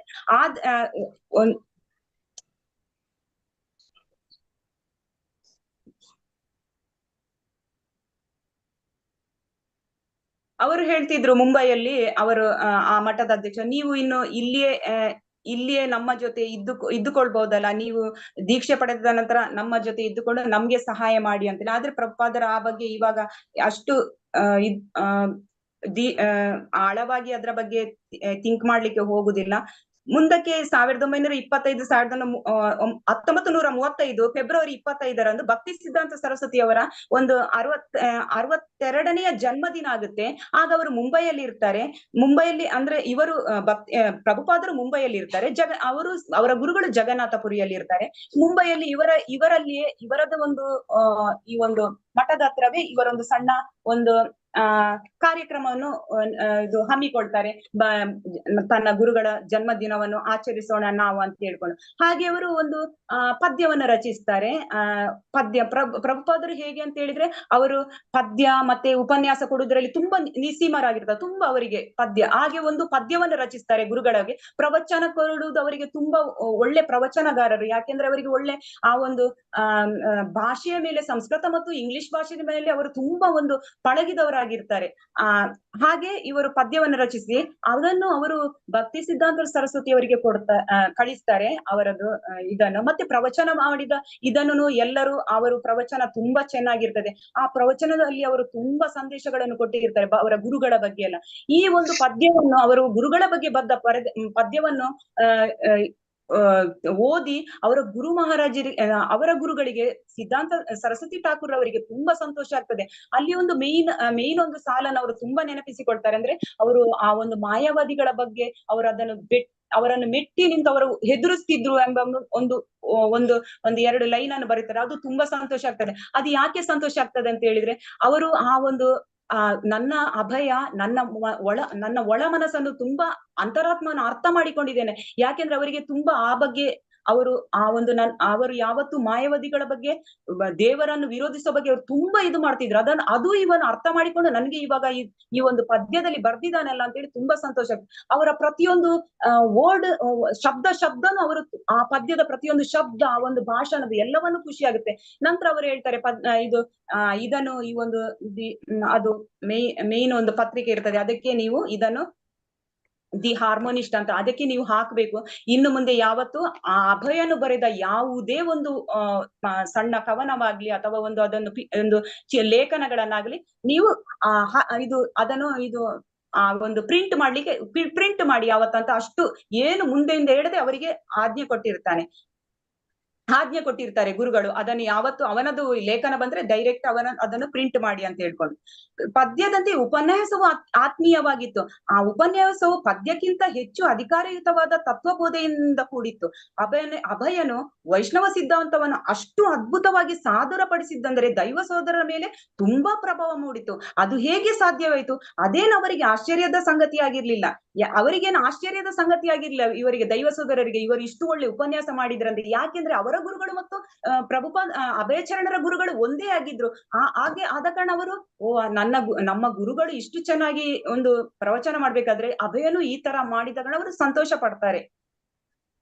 ಅದ್ರಲ್ಲಿ ಅವರು ಹೇಳ್ತಾರೆ, ಅಭಯರು ಹೇಳ್ತಾರೆ, ಪರಮ ಸತ್ಯವು ಒಂದೇ ಎಂಬುದು ನಿಜವಾದ ಪಕ್ಷದಲ್ಲಿ ಗುರುವು ಇಬ್ಬರಿರಲು ಸಾಧ್ಯವಿಲ್ಲ. ಅಂದ್ರೆ ಪರಮ ಸತ್ಯವು ಒಂದೇ ಆದ ಕಾರಣ ಎಷ್ಟೇ ಮಂದಿ ಗುರುವು ಒಂದೇ ಆಗಿರ್ತಾರೆ, ಎಲ್ಲವೂ ಒಂದೇ ಒಂದೇ ಉದ್ದೇಶವನ್ನು ಹೇಳಿರ್ತಾರೆ. ಅಂದ್ರೆ ದೇವೋತ್ತಮ ಪರಮಪುರುಷನ ಬಗ್ಗೆನೇ ಹೇಳ್ತಾರೆ. ಆದ್ದರಿಂದ ನಮ್ಮ ಗುರುಗಳು ಜಗದ್ಗುರುಗಳು ಅಂತ ಹೇಳ್ತಾರೆ ಇಲ್ಲಿ. ಮುಂದಕ್ಕೆ ಅವರು ಅಭಯರು ಹೇಳ್ತಾರೆ ವೇದವ್ಯಾಸರ ನಮ್ಮ ಗುರುಗಳು ವೇದವ್ಯಾಸರ ಪ್ರತಿನಿಧಿ. ಅಂದ್ರೆ ಅವರು ಇದು ಹೇಗೆ ಕೃಷ್ಣ ಇವರು ಕೃಷ್ಣ ಬ್ರಹ್ಮನಿಗೆ ಮತ್ತೆ ನಾರದರಿಗೆ ಆ ರೀತಿ ಪರಂಪರೆಯಲ್ಲಿ ಬಂದಿದೆ, ಆ ಪರಂಪರೆಯಿಂದ ನೆಕ್ಸ್ಟ್ ಪರಜ್ಞಾನವನ್ನು ನಮ್ಮ ಗುರುಗಳನ್ನು ಅದೇ ರೀತಿ ಒಂದು ತನ್ನದೇ ಆದ ಒಂದು ಯಾವ ಒಂದು ಒಂದು ಶಬ್ದವನ್ನಾಗ್ಲಿ ಒಂದು ವಾಕ್ಯವನ್ನಾಗ್ಲಿ ಅವರು ತಮ್ಮದೇ ಆದ ಸೇರಿಸ್ತಿರ್ಲಿಲ್ಲ, ನಾವರು ನಮ್ಗೆ ಅದೇ ರೀತಿ ಹೇಳಿದ್ದಾರೆ ಅಂತ ಹೇಳ್ತಾರೆ ಇಲ್ಲಿ. ಮತ್ತೆ ಮಹನೀಯರೇ, ನಮ್ಮ ಜ್ಞಾನ ತುಂಬಾ ಅಲ್ಪ, ನಮ್ಮ ಇಂದ್ರಿಯಗಳು ತುಂಬಾ ದೋಷಗುಣ, ನಮ್ಮ ಆಧಾರಗಳು ತುಂಬಾ ಮಿತ. ಆದ್ದರಿಂದ ಶ್ರೀ ವೇದವ್ಯಾಸರ ಮತ್ತು ಪರಂಪರೆಯ ಅಧಿಕೃತ ಪ್ರತಿನಿಧಿಯ ಚರಣಾರವಿಂದದಲ್ಲಿ ನಮ್ಮನ್ನು ಅರ್ಪಿಸಿಕೊಳ್ಳದಿದ್ದರೆ ಆ ಆಧ್ಯಾತ್ಮಿಕ ವಲಯದ ಎಳ್ಳಷ್ಟು ತಿಳುವಳಿಕೆ ಪಡೆಯುವುದಕ್ಕೂ ನಮಗೆ ಸಾಧ್ಯವಾಗುವುದಿಲ್ಲ ಅಂತ ಹೇಳ್ತಾರೆ ಅವರು.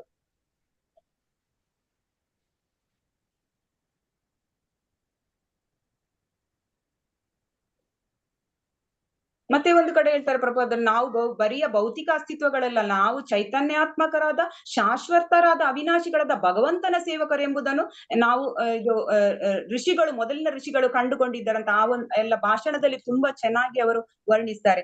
ಅಭಯನು ದುರ್ಬಳಕೆಗೆ ಒಳಗಾದ ಮಾನವ ಜೀವನದ ಭಯಂಕರ ಪರಿಣಾಮಗಳನ್ನು, ಆವರ್ತನಗೊಳ್ಳುವ ಹುಟ್ಟು ಸಾವುಗಳ ಯಾತನೆಯನ್ನು ವಿವರಿಸಿದ್ರು. ಮತ್ತೆ ಗುರು ಮಹಾರಾಜರಿಗೆ ಶರಣಾಗುವುದರ ಅಗತ್ಯವನ್ನು ಮತ್ತೆ ಮತ್ತೆ ಪ್ರಸ್ತಾವಿಸಿದರು.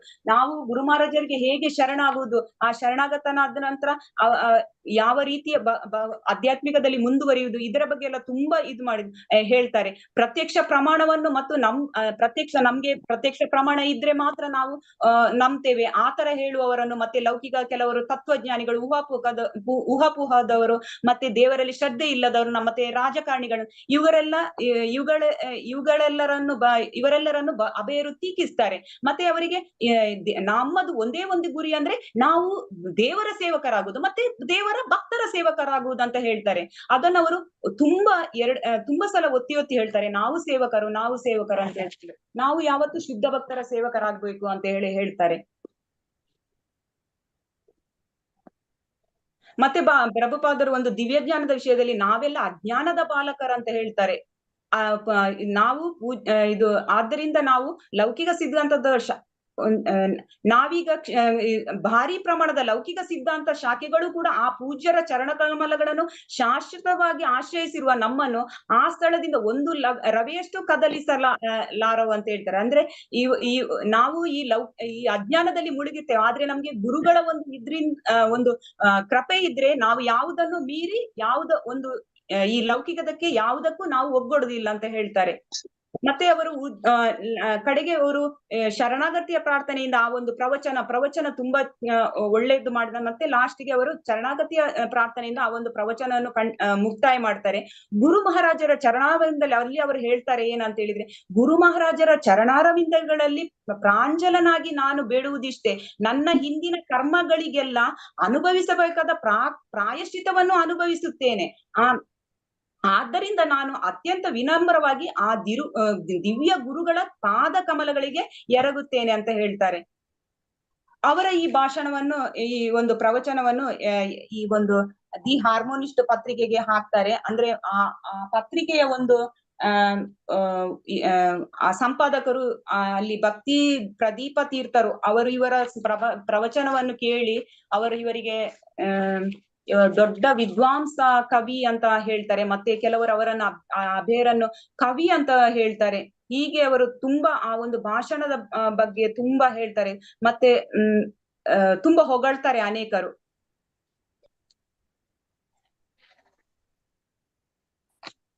ಶ್ರೀಲ ಭಕ್ತಿ ಸಿದ್ಧಾಂತರು ಅಭಯರ ಪ್ರಬಂಧವನ್ನು ಮೆಚ್ಚಿಕೊಂಡು ತಮ್ಮ ಅಂತರಂಗದ ಭಕ್ತರಿಗೆ ತೋರಿಸಿಯೂ ಇದ್ದರು. ಅವರು ತುಂಬಾ ಸಲ ಹೇಳ್ತಿದ್ರು, ಬೇರೆ ಅವರ ತುಂಬಾ ಆತ್ಮೀಯರಾದ ಒಂದು ಶಿಷ್ಯರಿಗಾಗ್ಲಿ ಅಥವಾ ಭಕ್ತರಿಗಾಗ್ಲಿ ಈ ಒಂದು ಪ್ರಭುಪಾದರ ಬಗ್ಗೆ ತುಂಬಾ ಹೇಳ್ತಿದ್ರು. ಮತ್ತೆ ಅವರು ಬರೆದ ಈ ಪದ್ಯ ಮತ್ತೆ ಈ ಒಂದು ಪ್ರವಚನದ ತುಣುಕುಗಳನ್ನು ಯಾವತ್ತು ಹೇಳ್ತಿದ್ರು. ಮತ್ತೆ ಅಭಯ ಆ ಲಾಸ್ಟ್ಗೆ ಹೇಳ್ತಿದ್ರು ಅವರು, ಆ ಒಂದು ಸಂಪಾದಕರ ಹತ್ರ, ದಿ ಹಾರ್ಮೋನಿಸ್ಟ್ ಸಂಪಾದಕರ, ಅಭಯ ಏನೇ ಬರಲಿ ಅದನ್ನು ಮುದ್ರಿಸಿ ಅವರಿಗೆ ಅದನ್ನು ಮುದ್ರಿಸ್ಬೇಕಂತ ಹೇಳ್ತಾರೆ. ಇಲ್ಲಿಗೆ ಇವತ್ತಿನ ತರಗತಿಯನ್ನು ಮುಗಿಸೋಣ. ಇನ್ನು ಸ್ವಲ್ಪ ಇದೆ, ಅದನ್ನು ನಾಳೆ ಕಂಟಿನ್ಯೂ ಮಾಡೋಣ. ಶ್ರೀಲ ಪ್ರಭುಪಾದಿಗೆ ಜೈ. ಈ ಗ್ರಂಥದ ಕರ್ತೃಗಳಾದ ಸತ್ಸ್ವರೂಪ ಗೋಸ್ವಾಮಿ ಅವರಿಗೂ ಅನಂತವಾದ ಧನ್ಯಗಳು. ಹಾಗೆ ಇಲ್ಲಿ ತುಂಬಾ ಹೊತ್ತಿನಿಂದ ಇಲ್ಲಿ ಈ ಒಂದು ಸಣ್ಣ ಒಂದು ಈ ಒಂದು ಲೀಲಾಮೃತದ ಒಂದು 2 ತುಣುಕುಗಳನ್ನು ಹೇಳಿದ ಶಾಂತವಾಗಿ ಕೇಳಿದಕ್ಕೆ ನಿಮಗೆಲ್ಲರಿಗೂ ಧನ್ಯವಾದಗಳು. ಹರೇ ಕೃಷ್ಣ. ಧನ್ಯವಾದಗಳು ಮಾತಾಜಿ. ಧನ್ಯವಾದಗಳು ಸೂಪರ್, ಮಾತಾಜಿ. ಸೂಪರ್. ಧನ್ಯವಾದಗಳು ಮಾತಾಜಿ. ತುಂಬಾ ಚೆನ್ನಾಗಿ ಮಾತಾಜಿ. ಹರೇ ಕೃಷ್ಣ ಮಾತಾಜಿ ಅಟೆಂಡೆನ್ಸ್ ಎಲ್ಲರೂ ಹಾಕಿ. ಎಲ್ಲರೂ ಅಟೆಂಡೆನ್ಸ್ ಹಾಕಿ. ಚಿತ್ರ ಮಾತಾಜಿದು ಹಾಕಿದ್ದೇನೆ.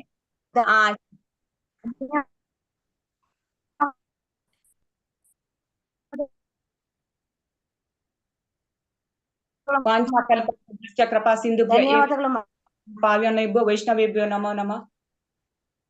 ಹರೇ ಕೃಷ್ಣ ಕೃಷ್ಣ ಕೃಷ್ಣ ಹರೇ ಹರೇ, ಹರೇ ರಾಮ ರಾಮ ರಾಮ ಹರೇ ಹರೇ, ಹರೇ ಕೃಷ್ಣ ಕೃಷ್ಣ ಕೃಷ್ಣ ಹರೇ ಹರೇ, ಹರೇ ರಾಮ ರಾಮ ರಾಮ ಹರೇ ಹರೇ, ಕೃಷ್ಣ ಹರೇ ಹರೇ, ಹರೇ ರಾಮ ರಾಮ ರಾಮ ಹರೇ.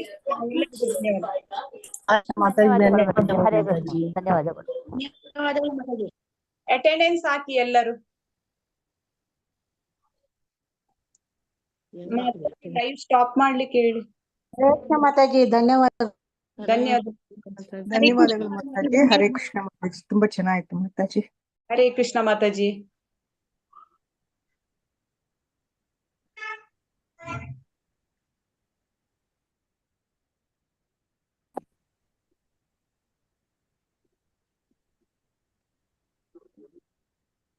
ಅಟೆಂಡೆನ್ಸ್ ಹಾಕಿದ್ರ ಎಲ್ರು? ಆಗ್ತಾ ಇದ್ದಾರೆ. ಹಾಕಿದೀವಿ ಮಾತಾಜಿ, 4 ಜನದ ಹಾಕಿದೀನಿ ನಾನು. ಹರೇ ಕೃಷ್ಣ.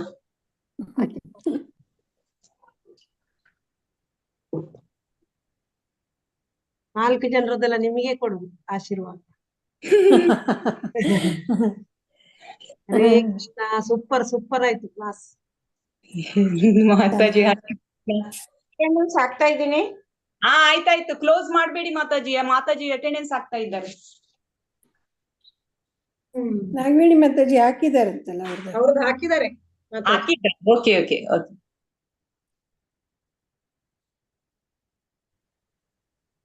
ಎಂಡ್ ಮಾಡುವ. ಹರೇ ಕೃಷ್ಣ. ಧನ್ಯವಾದಗಳು ಮಾತಾಜಿ. ಹರೇ ಕೃಷ್ಣ ಮಾತಾಜಿ. ಧನ್ಯವಾದಗಳು. ಚೆನ್ನಾಗಿತ್ತು ಕ್ಲಾಸ್. ಹರೇ ಕೃಷ್ಣ ಮಾತಾಜಿ. ಧನ್ಯವಾದಗಳು ಮಾತಾಜಿ. ಮಾಡಿ ಮಾತಾಜಿ. ಧನ್ಯವಾದ. ನಾಳೆ ಬನ್ನಿ ಎಲ್ಲರೂ. ಹರೇ ಕೃಷ್ಣ.